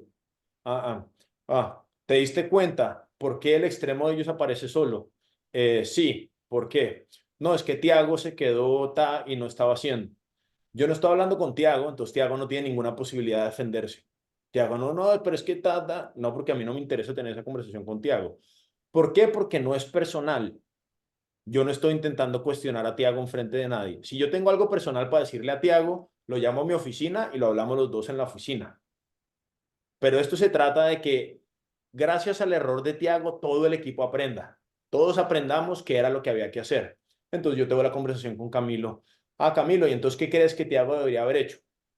No, profe, pues yo creo que él debió haber tapado por dentro en lugar de ir a presionar allá. Vale. Y entonces la conversación que sea la tienes con él y ahora es Thiago diciéndole a Camilo que es evidente que Thiago dejó tirado al equipo. Entonces normalmente 9 veces de 10 Thiago levanta la mano y dice, profe, la verdad lo siento mucho. Sí, yo no me había dado cuenta y simplemente le quiero pedir disculpas a los chicos porque los dejé tirados. Y ya está. No se trata de pisotear a nadie, ni mucho menos, sino de que el equipo aprenda. Es la mejor herramienta que hay para que la gente lo más rápido posible se dé cuenta de los errores que comete. Excelente, Lucas. Seba, te doy pie para que comentemos un poco nuestra propuesta metodológica. Lucas, voy a compartir pantalla, me tenés que habilitar. Dale, dale. Bueno, voy diciendo cosas que escuché. Ahí estás. Lo que contabas de esto de la Seba, práctica avísame si masiva, se ve bien. sí se ve. Decía ahí lo que comentó Lucas de la práctica masiva, variabilidad y continuidad, que me imagino que a los otros integrantes de planificación con sentido le debe haber sonado parecido, porque Lucas también lo dijo un poquito más adelante, son cuestiones pedagógicas, ¿no? De la pedagogía al movimiento. O sea, me parece una gran virtud de la gente que nosotros estudiamos y que referenciamos, como en el caso de usted a Paco Cerulo y a Frade, es haber hecho una síntesis en base a su conocimiento. Decir esas 3 condiciones son las 3 condiciones del aprendizaje significativo. Práctica masiva, la variabilidad y la continuidad en esa práctica. Se parece mucho a juro que no había leído esto de Cerulo. Nosotros tenemos 5 parámetros que no están acá, pero bueno, son parámetros de planificación para generar ese sentido del aprendizaje que tienen bastante que ver con esto de la variabilidad, la regularidad en sí de la práctica. Y otro componente que también Lucas lo nombró ahí, que no viene estrictamente tal vez del lado de Cerulo, me parece a mí, sino de Frade, que es esa especificidad con mayúscula que habla Frade, ¿no? Frade dice especificidad con mayúscula, no es cualquier especificidad. Creo que Thiago tal vez también pueda referenciar algo de esto que estuvo cerca de ahí, al menos nosotros leemos eso de este lado, y eso nos parece un acierto capital, el hablar de una especificidad y una especificidad con mayúscula, ¿no? Bueno, acá estamos nosotros. Anda poniendo, Iván, corriendo lo que hay. Esa es una foto de nuestro club, de Adiur, donde estamos algunos de planificación con sentido, otros no. Otros están siendo parte del club del Gran Rosario, el grupo equipo aquí, que es también una referencia importante en las formaciones, que me tocó estar hasta hace muy poco ahí también trabajando con ideas metodológicas. Ahí estamos. Falta Martín, que no está ahí, pero es un congreso justo de la universidad donde presentamos un pequeño trabajito de investigación. Voy a brevemente a contar algunas cosas que nos parecen importantes. La primera, esta es la fundamentación nuestra. De todos estos lugares, y posiblemente de algunos más, salga cada cosa de la que nosotros proponemos. Eso es casi, le diría, tratando de que sea una obsesión no enfermiza, pero sí una búsqueda importante de que todo lo que se haya hecho en fútbol, en entrenamiento y en metodología sea parte de la fundamentación de por qué proponemos algunas cosas y otras no. Yo creo que para resaltar de ahí, el campo de las neurociencias es vital para nosotros. Ahí lo traigo un poco yo al grupo, porque es algo que me ha interesado mucho en los últimos 7, 8 años. Sobre todo esta idea de la neurobiología del aprendizaje, estos cambios, ¿no? que hacía referencia a Lucas y las etapas madurativas y cómo eso influye en el control motor y si la decisión pasa por un lado o por otra. Entonces, de todo este enjambre, ¿no? Así como sistema complejo, creo que las neurociencias es un enfoque que a nosotros nos nutre muchísimo. La presión táctica no está puesto el entrenamiento estructurado porque nosotros, bueno, dentro de la valoración, valoramos mucho al trabajo de Cirulo, pero la presión táctica nos llega más cerca, sobre todo en algunos de sus desarrollos, como el concepto de especificidad con mayúscula, y teníamos que recortar para ponerlo aquí, ¿no? Y toda esta teoría ecológica de los sistemas dinámicos nos es muy cercana y nos ha ayudado a plantear una visión propia diferente del entrenamiento. Entonces, lo que vamos a contar como cuestión más que nada relacionada a la planificación viene por estos lados. Pasa una, Iván. En cuanto a... Esta es una frase no está puesta, de Oscar Cano. Déjala. Que esto sí nos ha marcado bastante. Esta idea de complejidad, dificultad, que también trabaja mucho la gente de Complex System ahí en España. Lo que buscamos es que el entrenamiento se ha diseñado en búsqueda de no perder estos componentes del juego. Por ejemplo, las 17 reglas que vos hacías referencia, que me parece fundamental para construir esa lógica interna, ¿no? Que el entrenamiento refleje eso, pero en definitiva buscar sencillez como la máxima expresión de la complejidad, ¿no? Que no pierda ningún componente del juego, pero que a su vez el futbolista va a tener la posibilidad de hacer sencillo eso. Eso nos pasó, por ejemplo, en estas edades que vos hablabas del año pasado, sobre todo en las categorías que entrenaba Iván y Facundo, entre los 10 y los 12 años, en donde por ahí las capacidades motrices de un juego largo no estaban por la fuerza, la propia biomecánica no estaba dada, pero sí empezamos a ver que cuando nosotros no reprimíamos el error, lo que tradicionalmente se llama error, nosotros veíamos comportamientos, aún sin esa fuerza para ejecutar, comportamientos perceptivos amplios, tanto en profundidad como en anchura, digamos, ¿no? O sea, el futbolista empezaba a demostrar intenciones que parecían errores, porque fíjate que nosotros en ese momento podríamos haber dicho, no la tires más largo porque estás tirando lo que nosotros acá llamamos pelotazo a cualquier parte, ¿no? O sea, no, nosotros tenemos que dar 1000 pases acá, cosa que nos gusta y que es parte de nuestro jugar, pero también está esa parte de encontrar lejos al compañero, ¿no? Con ventaja. Entonces nosotros en ese momento creo que se sintetiza esta cuestión de lo sencillo. Si nosotros hubiésemos reprimido eso como un error, no hubiésemos generado lo que vimos un poquito después. Creo que esto, la teoría ecológica de la motricidad y las teorías sistémicas hablan de esto, ¿no? De la sintonía perceptiva y sobre todo en esas edades, cómo nos parece a nosotros que cuando uno desarrolla esta percepción en profundidad y en anchura, profundidad digo largo, ¿no? Esto que Iván dijo, mirar largo, termina generando, primero, un campo perceptivo más amplio, que ya no es poco, no está mal. Y que si se adquiere a esa edad, es muy difícil, esta es una hipótesis, es muy difícil que luego una implementación de otro tipo de metodología, como más basada en lo analítico, la puedan coartar.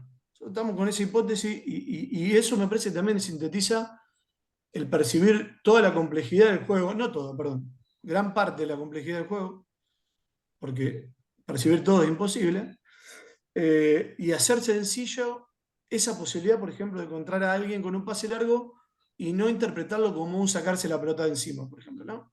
Creo que aquí muchos de los entrenadores del lugar donde nosotros trabajamos hubiesen interpretado eso como lanzar un central lanzando largo y sacándose la pelota de encima. Nosotros dijimos, bueno, vamos a dejar correr esto porque posiblemente sea una adaptación perceptiva y biomecánica, si se quiere, y energética también, a poder hacer eso dentro del futuro, que en el futuro se le va a demandar eso, ¿no?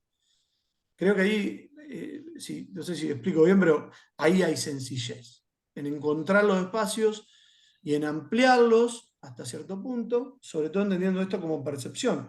Decir, van esto de ver, pero la percepción es mucho más amplio que ver solamente, ¿no? Hay un cuerpo que percibe en relación con el entorno, como bien dijo Lucas, y nosotros trabajamos esto. Y lo que vamos a mostrar ahora, pasar Iván, es eso. Es como nosotros entendemos que el diseño de sesión, de semana, de mes, si se quiere, que nosotros salimos de la idea de ciclo y lo nombramos como sistema. Nos gusta más la idea de microsistema, mesosistema, por el hecho de que vamos a estar trabajando sobre las relaciones, y trabajar sobre las relaciones es trabajar sobre las conexiones entre los conocimientos que tiene ese futbolista a lo largo de su desarrollo, hablando en etapa formativa. Entonces, eh, marcar esto que nosotros simplemente le cambiamos el nombre de ciclo a sistema, porque nos da una posibilidad más de generar relaciones entre lo que pasa el martes y lo que pasa el miércoles, ¿no? En base a las estructuras. Y nos gusta presentarlo así, y ahí voy a empezar a tratar de si se puede tirar alguna chance más a esta que nombraba Luca, que le había propuesto Cerulo, ¿no?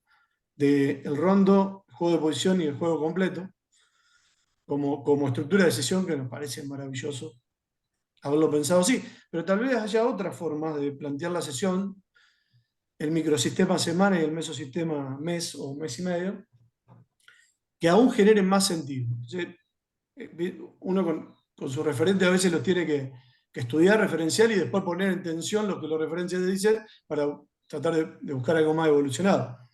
Nosotros proponemos otro tipo de sesión y dice arriba unidad estructural y funcional de la planificación es la sesión para nosotros, ¿no?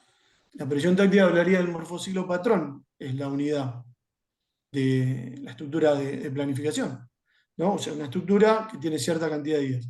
Nosotros la sesión es eso, porque en la sesión encontramos la primera posibilidad de generar sentido en esa vinculación entre, por ejemplo, el momento inicial, el del medio, y el finalización, como lo hemos estudiado históricamente. Pasa, León. Como le dije, esto tiene algunas cosas de tratar de preservar todo lo bueno que tenemos hasta ahora en el entrenamiento y proponer algunas cosas diferentes. Esta es la visión clásica de lo simple a lo complejo. En educación física suele llamarse la estructura de la clase analítica global situacional, si se quiere, o global analítica, siempre combinando.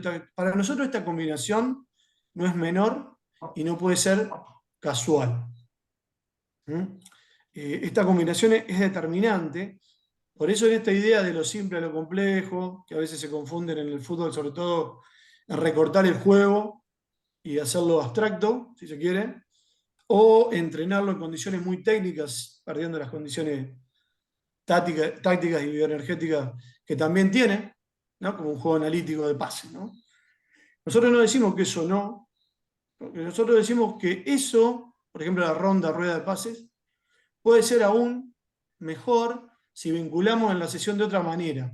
Y ahí vamos a la que sigue, que es un poco la unidad estructural con la que nosotros trabajamos, que es proponer ese juego que tanto anhelamos, que esté a lo primero.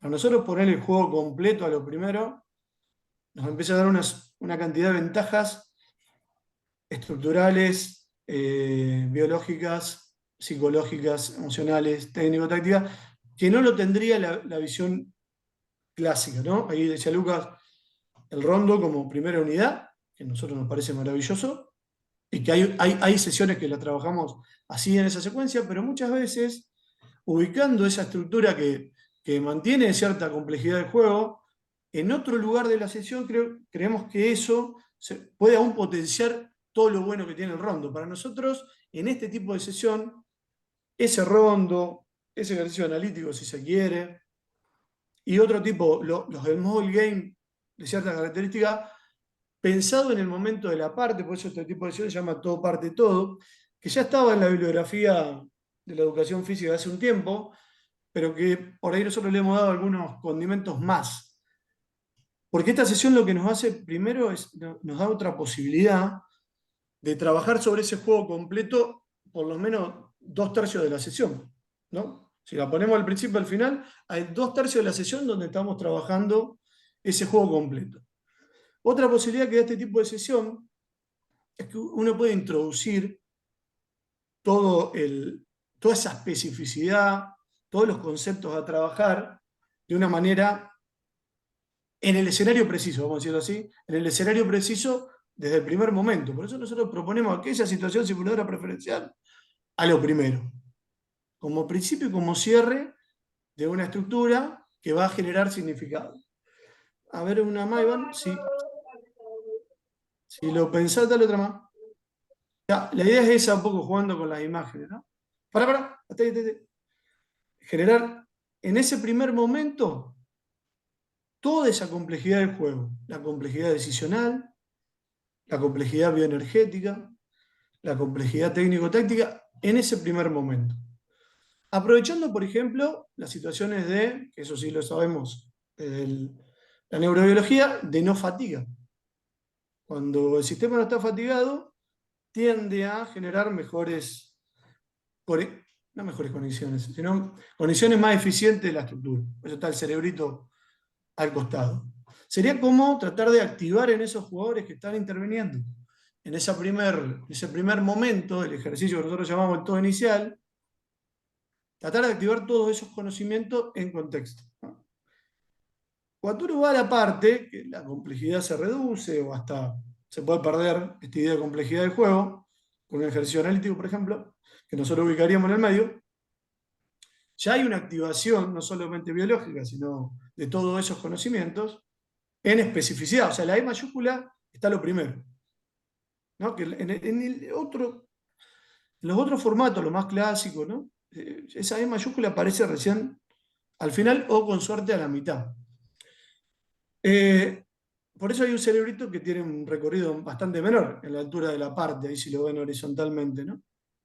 O sea que lo que nos permite este tipo de sesión es focalizar sobre aquello que está destinado a esa sesión dentro de una semana, por ejemplo, un microsistema que nosotros le llamamos así. Y cerrar luego con un juego, otra vez, jerarquizado, lo llamo todo jerarquizado, donde el componente esté completo. ¿Para qué? Para buscar una pequeña síntesis de cierre o cierre operativo, operacional, y que realmente cuando nosotros estudiamos esa biología puesta en marcha en el aprendizaje motor, no es una cuestión de cantidad, sino de calidad de conexiones, ¿no? Entonces, el sistema, en este caso el sistema nervioso, lo que hace es, de alguna manera, recortar todo aquello que le sirvió para solucionar algo cuando no lo conocía y utilizar aquellos caminos neurales que son los más rápidos que producen esa conexión emergente para que suceda una acción. Tiago, sí, veo una mano ahí. Sebas, te pido perdón que te interrumpa y pido perdón No, dale. a todos los presentes aquí. Yo tengo un compromiso ahora a las 8 y desafortunadamente tendré que retirarme. Y, Claro, Thiago. igualmente les agradezco la oportunidad y a lo que necesiten ya estaré aquí a vuestra disposición en otro momento. ¿Vale? Chao, Muchas chao. gracias. Con permiso. Muchas gracias a vos, Tiago. Con permiso. En definitiva es esta, digamos, la base conceptual de la que partimos y que vamos a intentar pensarla de esta manera, ¿no? Es un juego largo, es un large game, al cual hay que ponerle techo y piso. Y en eso hemos trabajado bastante en los últimos años. Pero bueno, ¿cuándo realmente se rompe la lógica del juego en cuanto a la cantidad de jugadores a utilizar? Si empezamos a restar jugadores, 10 versus 10, 9 versus 9, 8 versus 8, ¿en qué momento se pierde la lógica real del juego? Hay juegos reducidos que pueden mantener cierta lógica, pero ya no están aquellos componentes o ya no están las 17 reglas que garantizan el jugar en especificidad. Eso fue una búsqueda muy importante de nosotros. Inclusive hay otra más que dice el juego completo. Nosotros intentamos 2 juegos completos en este tipo de sesión. ¿Lo hacemos siempre? No. No, siempre es mucho. O sea, las 5 entrenamientos que nosotros tenemos, hacer este tipo de sesión es mucho, porque hay una demanda muy grande de lo bioenergético, decisional, biomecánico, emocional, si se quiere, si tenemos que hacer una planificación de 5 días así. Y en lo que estamos trabajando en encontrar un poco también la dinámica que nosotros como grupo de estudio y en cada lugar que trabajamos, hasta dónde puede ser mucho, hasta dónde estamos más en la justa medida, ¿no? Eh, eh, la justa dimensión de esto. Avanza un poquito más, Iván, a ver, que tengo, no me acuerdo. Bueno, esta es un poco la idea mostrada con un esquemita, ¿no? Una activación general de esos conocimientos a nivel individual y colectivos, en ese todo inicial. La focalización en algo, ¿sí? Poner la lupa, un exagerar como concepto pedagógico en ese momento. Inclusive lo que cambia bastante es el nivel de intervención de los entrenadores, donde pedimos intervenciones que no sean tan prescriptivas ni invasivas en el momento inicial y en el momento final, y sí alguna intervención un poquito más puntualizada, sin que sea prescriptiva, en lo que llamamos la parte. Entonces, eso nos da una primera estructura, la sesión de creación de sentido, ¿no? Nosotros creemos que, no solo creemos, sino que estamos tratando de, entre comillas, verificar, o demostrar quedaría como muy grande, verificar que esto eh, termina teniendo impacto. Lo podemos ver de manera empírica en las experiencias que hemos tenido en los clubes que estamos. Pero vamos a buscar alguna dimensión de comprobación un poquito más puntual para esto. Inclusive nos interesa mucho pensarlo en el alto rendimiento, ¿no? ¿Qué pasaría con 1 o 2 sesiones semanales de este tipo? Donde estamos vinculando los contenidos, esa currícula, si se quiere, que nombraba Lucas, de otra manera. Avanza, Iván. Esta es un poco la búsqueda de esto, ¿no? ¿Cómo creamos sentido? Generando relaciones. Las relaciones se dan entre las ejercitaciones de un día, lo primero, lo segundo y lo tercero, la relación con lo del día siguiente.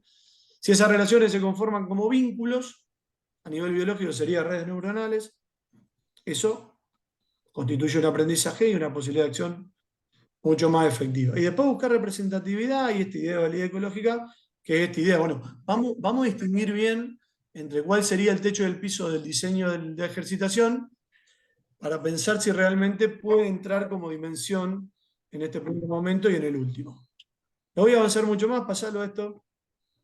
Esto tiene que ver un poco con las dimensiones que usamos para no perder toda la especificidad, que hay trabajo de investigación interesante con respecto a esto. Este es el microsistema de semana. Nosotros generalmente, en nivel formativo, trabajamos con 3, 2 o 1 de este tipo de sesión, y las demás sesiones, si bien tienen un diseño más clásico, sí tienen alguna relación con respecto a lo trabajado con este núcleo de la semana.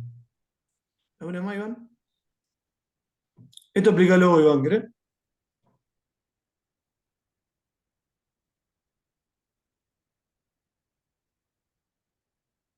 No, volvé para atrás.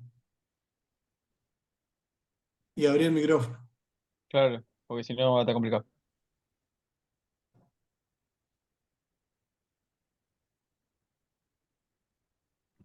Ahí está, no podía activar el micrófono. Ahí está.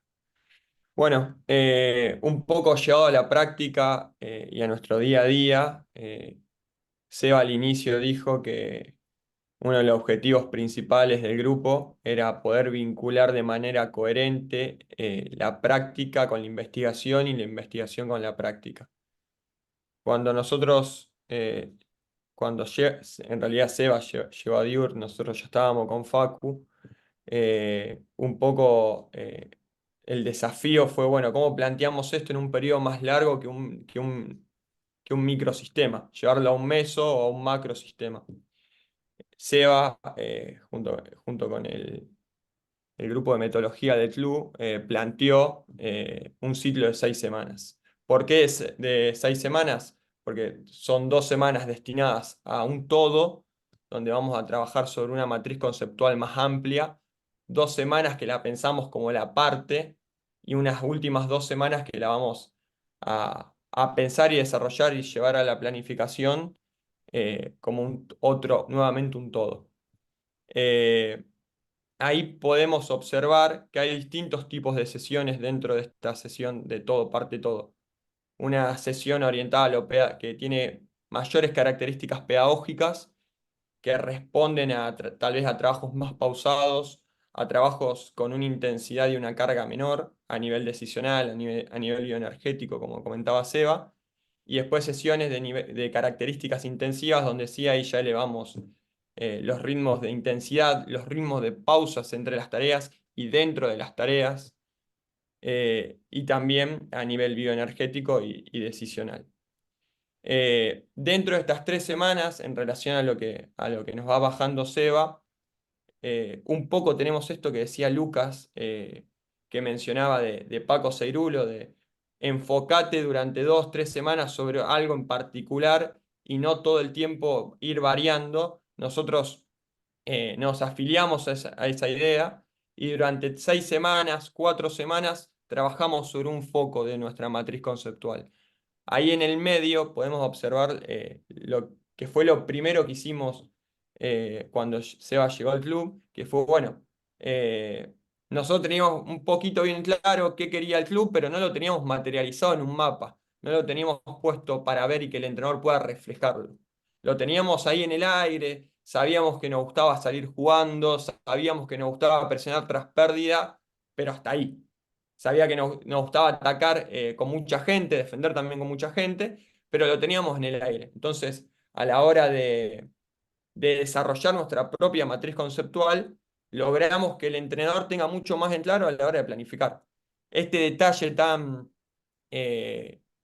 sencillo como parece, no está tan claro en varias instituciones donde nosotros fuimos recabando información. Pero bueno, un poco para volver a lo del microsistema, es entender estas 6 semanas divididas en partes de 2. Una primera semana de todo, una segunda semana donde ajustamos y focalizamos, entendida como la parte, y otra semana también entendida como un todo, donde volvemos a abrir el juego a un nivel más abierto y más amplio, más completo. Esto, Seba, ¿querés que lo diga yo también? Sí, dale.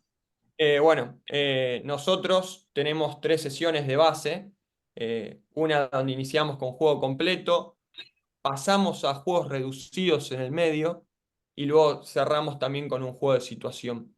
Otra de las sesiones, porque muchas veces, y creo Lucas te ha pasado, que cuando hablamos de sistémico lo ponen en la antítesis al entrenamiento analítico. Bueno, no hacen analítico, odian el analítico y no, nosotros somos de la idea de que si se hizo tanto tiempo, es porque sirve. Ahora, sirve en su justa medida, en el momento adecuado y en el lugar de la sesión adecuada. Entonces, nosotros lo que hicimos es, dentro de también arrancar con un juego completo, ponerlo en el medio y terminar de vuelta con un juego situacional, juego de situación. Y la otra, que es arrancar con un juego completo, mantener ese juego completo, ahí dice fraccionamiento temporal, e ir rompiéndolo de a poquito. Poner alguna regla, algún constreñimiento, este concepto tan valioso que nos da la teoría de los sistemas dinámicos complejos, y terminar también con un juego situacional. Estas 3 sesiones son las 3 sesiones de base que tiene el entrenador para planificar. Nosotros, como grupo de estudio y de investigación, en los últimos 2 años fuimos desarrollando varias sesiones más, que tal vez Francisco en el Club del Gran Rosario o yo en Adiur tenemos más cercano por haber sido también los que las fuimos desarrollando y porque la hemos experimentado más, que son con differential learning en el medio, por ejemplo, esta metodología que no me va a salir el apellido, pero de Wolfgang Slorom, que es la metodología que hizo conocido Jürgen Klopp o Thomas Tuchel, que bueno, que si bien Francisco es el experto del grupo en esto, es aprender mediante la diferencia, mediante la variabilidad total. Pues tenemos una sesión de Motherball, esta ejercitación que tiene Bielsa, bueno, fractal, focalizado, y uno de nuestros grandes caballitos, que la dejo para otro momento también, que es la de esfumado, una sesión que nosotros llamamos esfumado. Ponemos al final también que utilizamos la secuencia tradicional, como decía Seba, usamos una secuencia aleatoria, tenemos varios tipos de sesiones que a partir de ellas le brindamos al entrenador la capacidad y la oportunidad de, dentro de este formato de sesión, que planifique lo que él quiera, pero constreñido por estas reglas que nosotros desde el área de metodología bajamos. Creo que ahí, bueno, ahí también tenemos una más. Acá pongo bien en grande la matriz conceptual de Adyur, que no es más que el juego completo o el juego que sabemos, pero bueno, detalladito un poquito en estructuras de presión más comunes que usamos en el club, tendencias, ahí vemos con flechas de punto, flechas más gruesas, eh, por características más del juego de nuestra institución. Y ahí sería todo. Dejo de compartir. Lindo, Eh, Iván. Qué bueno que tengan montada una estructura metodológica clara porque realmente esto no existe en los clubes. Y como siempre, lo bonito de ponerlo así como lo han puesto ustedes es que a los que nos gusta esto, nunca paramos. Entonces siempre estás estudiando, siempre estás buscando más referencias y creo que lo que más valor tiene al tener algo construido es que en la medida que uno va evolucionando, va comparando con lo que tiene y va viendo cómo vas creciendo conceptualmente y el punto de partida, que la gente lo ignora y creo que nosotros aquí, por lo menos en Colombia, estamos bastante lejos de la casilla del entrenador convencional. Entonces, pues ya cuando tienes exposición mediática en fútbol profesional nos intentan destruir porque, porque la gente no lo comprende, no lo quiere comprender. Pero creo que la profesión nuestra es muy similar a la de un científico. Pero hay una particularidad en cómo la enfrentamos los entrenadores, la mayoría, a diferencia de cómo la enfrentan los científicos. A lo que voy con esto es que el científico trabaja para conocer la verdad. Entonces, formula hipótesis con la intención de encontrar cómo falsear esa hipótesis. Y entonces, si esta es una hipótesis inicial, la Tierra es plana, intenta falsear esa hipótesis y si encuentra suficiente evidencia que le demuestre que su hipótesis es falsa, entonces queda contento porque ha aclarado más su pensamiento. Y entonces ahora va a plantear una hipótesis más pura o más cercana a la verdad. Y lo hace con la intención de perseguir la verdad. Los entrenadores, aunque la profesión tiene similitudes, desafortunadamente el enfoque es diferente. El entrenador dice algo y en lugar de intentar perseguir la verdad, él quiere que el mundo entero se adapte a su verdad y se siente ampliamente cuestionado como a nivel personal cuando lo critican o cuando le intentan falsear lo que él ha propuesto. ¿Qué diferente sería el mundo de nosotros, nuestra comunidad del fútbol, si nosotros entendiésemos que lo que estamos construyendo, ustedes por su lado, nosotros por el nuestro, Paco, Víctor Frade y esta gente que ha ayudado a que se edifique un poco la teoría del entrenamiento del fútbol, entendiéramos que es un proceso de constante evolución en donde lo que tú decías antes, Sebas, es, listo, Paco sacó estas conclusiones en 70 y pico, 80 años de vida. Paco no va a poder vivir 150 años. Él no va a poder seguir evolucionando esas ideas. Tenemos que venir otros de atrás, coger esas ideas, intentar falsearlas, y en ese proceso de falsear vamos a encontrar algunas ideas que seguramente no se pueden falsear, entonces quiere decir que se convierten en teoría y son suficientemente sólidas para poder apoyarse en ellas, y otras que sí, Paco no le vio la falencia a esto y nosotros podemos encontrar cómo mejorarla. Y de eso se trata, y en ese camino estamos todos. Si el entrenador de fútbol viera esto de la evolución, ya no metodológica, sino en la construcción de un equipo. O sea, una sesión, un partido es el ejemplo más claro de una hipótesis. Porque yo me voy a enfrentar a Boca Juniors. Yo creo que si me voy a enfrentar a Boca Juniors, al desarrollar este plan durante la semana, es muy probable que pase esto. Pero yo no sé si va a pasar eso o no va a pasar eso. La única forma de comprobar si va a pasar o no es jugando el partido. Después, en el desarrollo del partido, yo evalúo si mi hipótesis era correcta o incorrecta. Si era correcta, vamos a imaginar que Boca se organiza con un 1-4-4-2, hipotéticamente, entonces vamos a decir que nosotros partimos de un 1-4-3-3. Entonces, si nosotros nos organizamos para quitarle el balón a Boca en su campo así, seguramente los orientamos hacia este espacio, vamos a recuperar el balón, vamos a crear ocasiones de gol. En el partido, esa hipótesis o va a ser falseada y Boca va a poder salir, o va a ser comprobada. Fuimos capaces de superarlos en este desarrollo del juego.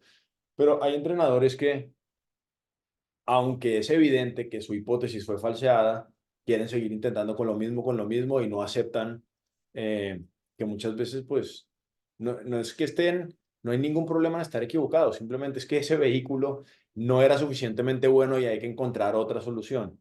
Y por eso lo que ustedes están haciendo tiene muchísimo valor, y lo que hacemos las personas que queremos que el fútbol crezca y evolucione tiene muchísimo valor.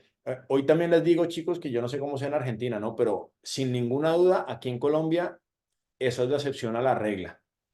Pero en algún momento será la regla. En algún momento será la regla que la mayoría de entrenadores piensen que están en un proceso para intentar hacer que el fútbol crezca y no están intentando únicamente sobrevivir ellos mismos. Y entonces todos empezamos a, indirectamente, así en el partido, en la categoría que sea, nos enfrentemos, indirectamente estamos trabajando juntos para ir aprendiendo de los demás, y como consecuencia la calidad del fútbol mejore. Lo que están haciendo ahora entrenadores, la Premier League es increíble, pero en Europa en general, pero lo que están haciendo Pep Guardiola, Jürgen Klopp, ahora Mikel Arteta, hablábamos de Xavi Alonso, de Servi, es experimentar con esas hipótesis, intentar ver qué sirve, qué no sirve, y hacer que el fútbol evolucione muchísimo más rápido. Y para allá vamos todos.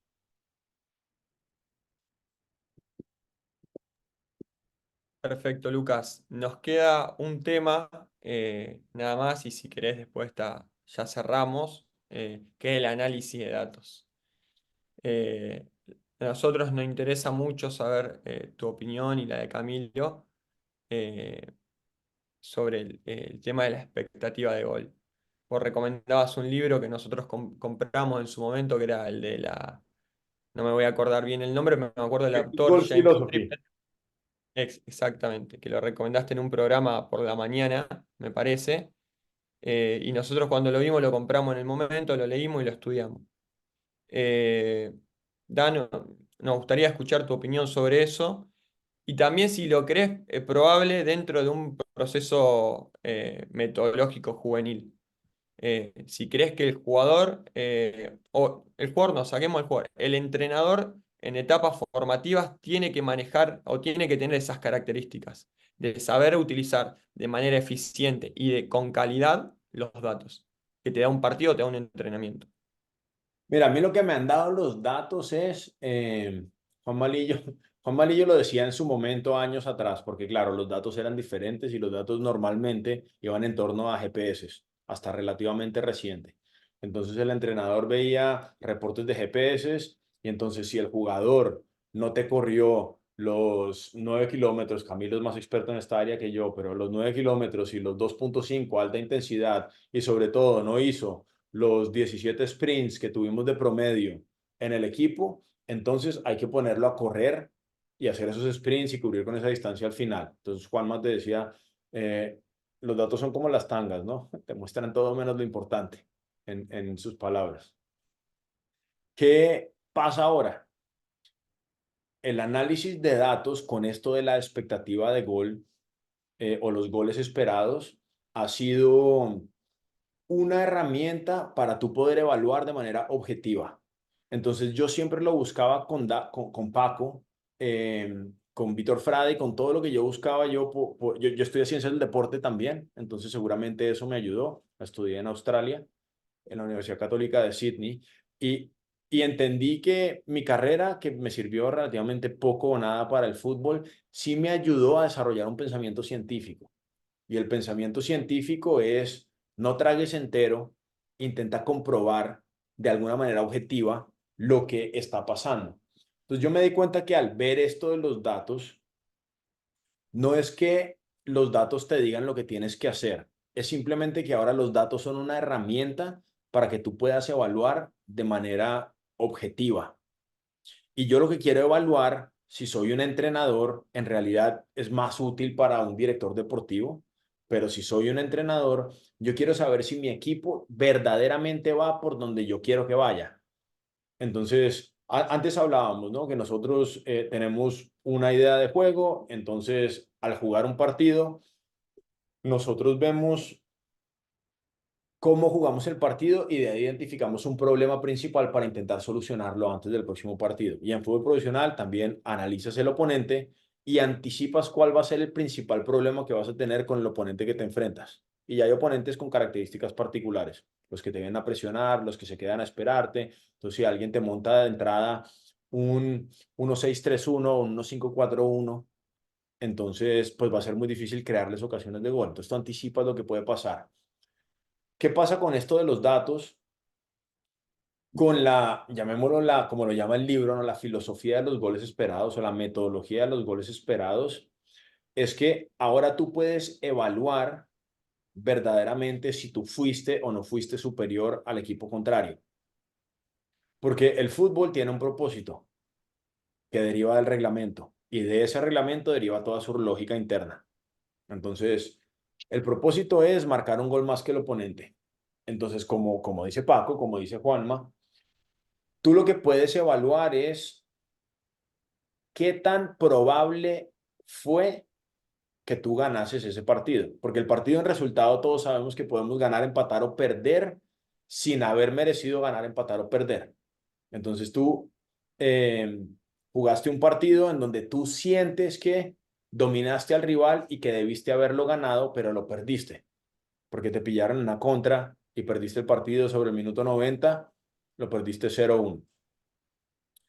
Pero muchas veces esta sensación subjetiva, que todos los cerebros nuestros están sesgados por nuestra subjetividad. Pues yo soy un entrenador que, porque fui educado futbolísticamente hablando con Rinus Michels y Johan Cruyff indirectamente y directamente con Paco, entonces yo quiero siempre jugar a dominar al equipo contrario, a dominar el balón y a intentar crear más ocasiones que el equipo contrario. Entonces mi cerebro está altamente sesgado por la estadística de la posesión del balón. Pero hay partidos en donde yo he jugado que he tenido el 65-70% balón y he sido inferior al rival. ¿Pero eso cómo puede ser? Claro, porque los datos de posesión de balón son extremadamente superficiales, porque tú puedes tener el 70% del balón en tu campo y no le creas una ocasión a nadie. Entonces, los goles esperados te muestran con certeza cuál fue el equipo que estuvo más cerca a ganar, porque te evalúa la calidad de cada remate o la calidad de cada ocasión de gol. Pues a mí me tocó enfrentar una situación muy dura acá en fútbol profesional, que fue nosotros coger América, pasar de una situación difícil porque no teníamos centrales, a recuperar los centrales, pasar 14 fechas invictos, clasificar nosotros tercero, no sé, en el todos contra todos, y después en los cuadrangulares de 6 partidos, en los playoffs, perder 5, ganar 1. Perdimos jugadores que no pudimos recuperar. Y en 4 de esos 5 partidos fuimos muy superiores al equipo contrario, por lo menos el doble en expectativa de gol en 4 de esos 5 partidos. En el quinto que perdimos, que fue contra Millonarios, que íbamos ganando 0-1 allá de visitantes, Millonarios fue mejor que nosotros la segunda parte. Y pues era un partido en donde lo terminamos perdiendo 2-1. En detalles, perdimos 2 partidos. 3 penaltis en esos cuadrangulares. El primer partido contra Medellín somos muy superiores. Nosotros creamos una expectativa de gol de 1.80 y algo, y ellos nos crean 1.52 con 2 penaltis. Y el penalti te da 0.75. Entonces, si en esos y los 2 penaltis fueron con los jugadores corriendo hacia afuera de la portería, y un jugador vino por detrás, una al portero y la otra a un central, y hizo una falta cuando no había ningún riesgo de gol. Entonces, si yo me quedo con únicamente el resultado, es como director deportivo, como entrenador, digo, este equipo es un desastre. Perdió 5 partidos en cuadrangulares. A mí lo que me interesa como entrenador de verdad es evaluar el rendimiento, porque yo en mi trabajo no puedo permitir que las emociones me dominen. En algún momento me van a tener que echar si no me va bien. Estamos expuestos todos los entrenadores a eso. Pero mi trabajo es hacer que el equipo, mejor dicho, que yo como entrenador tome las decisiones más objetivas y más sensatas posibles para que el equipo mejore. Y esto de los goles esperados me permite tener una herramienta a mí que ahora me dice cómo yo puedo evaluar el partido de una manera objetiva y encontrar huecos que posiblemente yo no encuentro con el ojo normal. Entonces yo tenía la sensación en este último equipo que tuvimos en América que nos faltaban extremos que superasen en situaciones de 1 contra 1. De verdad teníamos solamente un extremo que sentíamos que superaba y otro que parece que sí lo hace con sus conducciones, pero en realidad situaciones de 1 contra 1 no supera. Y si nosotros queremos jugar a dominar y a crear ocasiones, necesitamos extremos que superen 1 contra 1. Por eso el City, después de ganar el triplete, ficha a Doku, por usar un ejemplo, porque tiene esa característica, es mejor que el 80% de los jugadores de la Premier League superando 1 contra 1. Entonces, claro, esa era mi sensación, pero ahora yo cojo mi analista, que yo ahora en mi cuerpo técnico introduje un analista de datos, que está en mi staff, ya no en un club, sino en mi staff. Y este chico me sacó el promedio de el porcentaje exitoso de regates de todos mis extremos. Y solamente éramos mejor que el 39% de la liga. Es decir, todos los equipos, y América es uno de los clubes más grandes aquí en Colombia, el segundo ahí, junto con Atlético Nacional y Millonarios, es lo más grande que haga en Colombia. ¿Cómo era posible que si sumas a todos nuestros extremos solamente fueran mejor que el 39% de los extremos en regates? Entonces quiere decir que si jugábamos muy bien, y éramos capaces de acumular al equipo contrario acá y rápido poníamos al extremo del otro lado en situación de 1 para 1, de 10 veces que lo pusiéramos en esa situación solamente superaba 4 y 6 íbamos a perder ese balón. Es muy difícil así ganar partidos de fútbol. Entonces, ¿qué hicimos? Hacer un análisis de la plantilla y encontramos jugadores que en el fútbol colombiano, con los constreñimientos que teníamos, es decir, que estuvieran libres porque América no iba a comprar jugadores y que se adaptaran al presupuesto, fueran mejores que por lo menos el 70% de los jugadores en ese ítem puntual. Y encontramos 2 jugadores que se adaptaban muy bien al perfil y los fichamos. Entonces, con esta idea, esta herramienta del análisis de datos nos permite aplicarlo, objetivizar, llamémoslo así, objetivizar el proceso de construcción de un equipo de fútbol para que trabajemos ahora de una forma muchísimo más objetiva. Y lógicamente pues usé el ejemplo de los fichajes, pero ahora estás evaluando tus jugadores. Tienes a un jugador que lleva mucho tiempo en el club, que tiene un salario muy alto, termina contrato, lo renuevas o no. ¿Qué haces? Si es un jugador que ha tenido un gran nombre en el club, todo el mundo lo quiere mantener, pero muchas veces esa no es la decisión más inteligente si haces la relación costo-beneficio. Y fútbol profesional se trata de ganar partidos. Entonces lo puedes comparar con lo que tienes para ver si esos recursos los puedes destinar mejor a otro lugar. Y lógicamente el factor liderazgo no está en datos, es algo que tú subjetivamente tienes que poner en la balanza. Pero al fin y al cabo es una herramienta que te ayuda a tomar muchas mejores decisiones. Si estuviesen disponibles para el fútbol formativo, sería fenomenal. Y los entrenadores deberían educarse, por lo menos en esta métrica, de los goles esperados y de las derivantes, expectativa de asistencia, expectativa de puntos. Hay un equipo acá que lo analizamos porque justo ahora terminamos de hacer un curso con Global Football de esto, del análisis de datos orientado hacia la táctica, y usábamos un caso de estudio acá, porque el curso duró 4 semanas, de un equipo que estaba en ese momento, cuando inició el curso, tercero o cuarto, pero la tabla de la justicia, que llaman los analistas, basada en la expectativa de puntos, decía que debía estar 18 de 20. Acelera un poquito las 4 semanas que pasaron, lleva los últimos 3 partidos perdidos y ya no está de tercero, está de décimo o algo así, porque siempre regresas a la media, a no ser que el entrenador haga algo. Entonces, perfectamente, como puede pasar que tú tienes malos resultados, pero el rendimiento no es acorde porque estás teniendo un poco de mala suerte y la suerte no aparece, pero no es sostenible, también puede pasar al revés.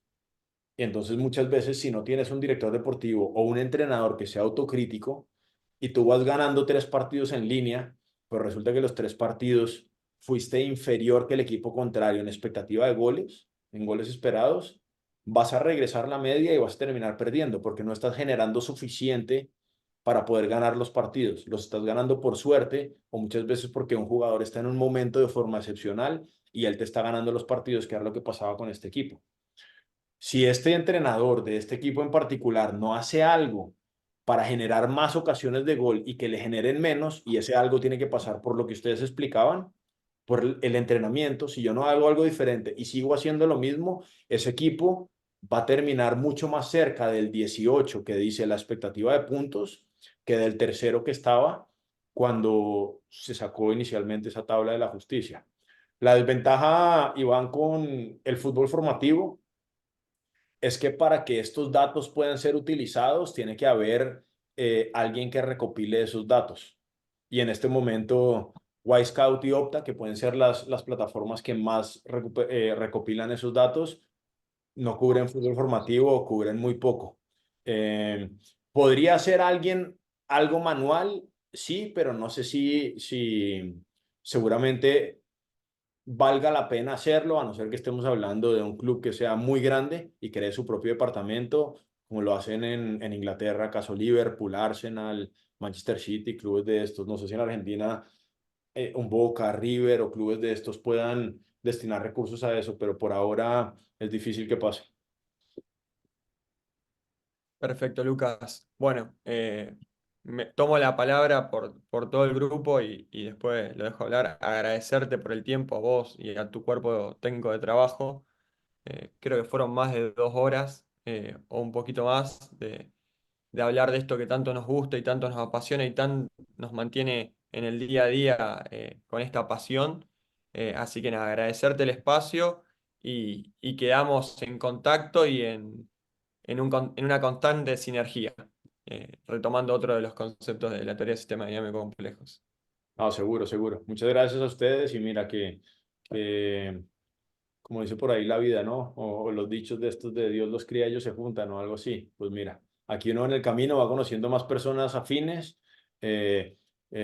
Aquí nos unió una plataforma de estas de redes sociales y por Twitter me contactaste y mira, un placer poder compartir con ustedes y ver que ustedes también están contribuyendo para el fútbol aquí en Sudamérica evolucione como tiene que seguir evolucionando y sobre todo que desde el punto de vista de contenido, de información, cerremos esa brecha que posiblemente hay con Europa porque simplemente el nivel general de educación es más alto allá. Entonces es normal que se dedique más tiempo a desarrollar información y a crear cultura de estudio. Lo que ustedes tienen es fantástico y ojalá que sea una inspiración para muchas más personas allá en Argentina y que lo podamos expandir todos poco a poco por Sudamérica.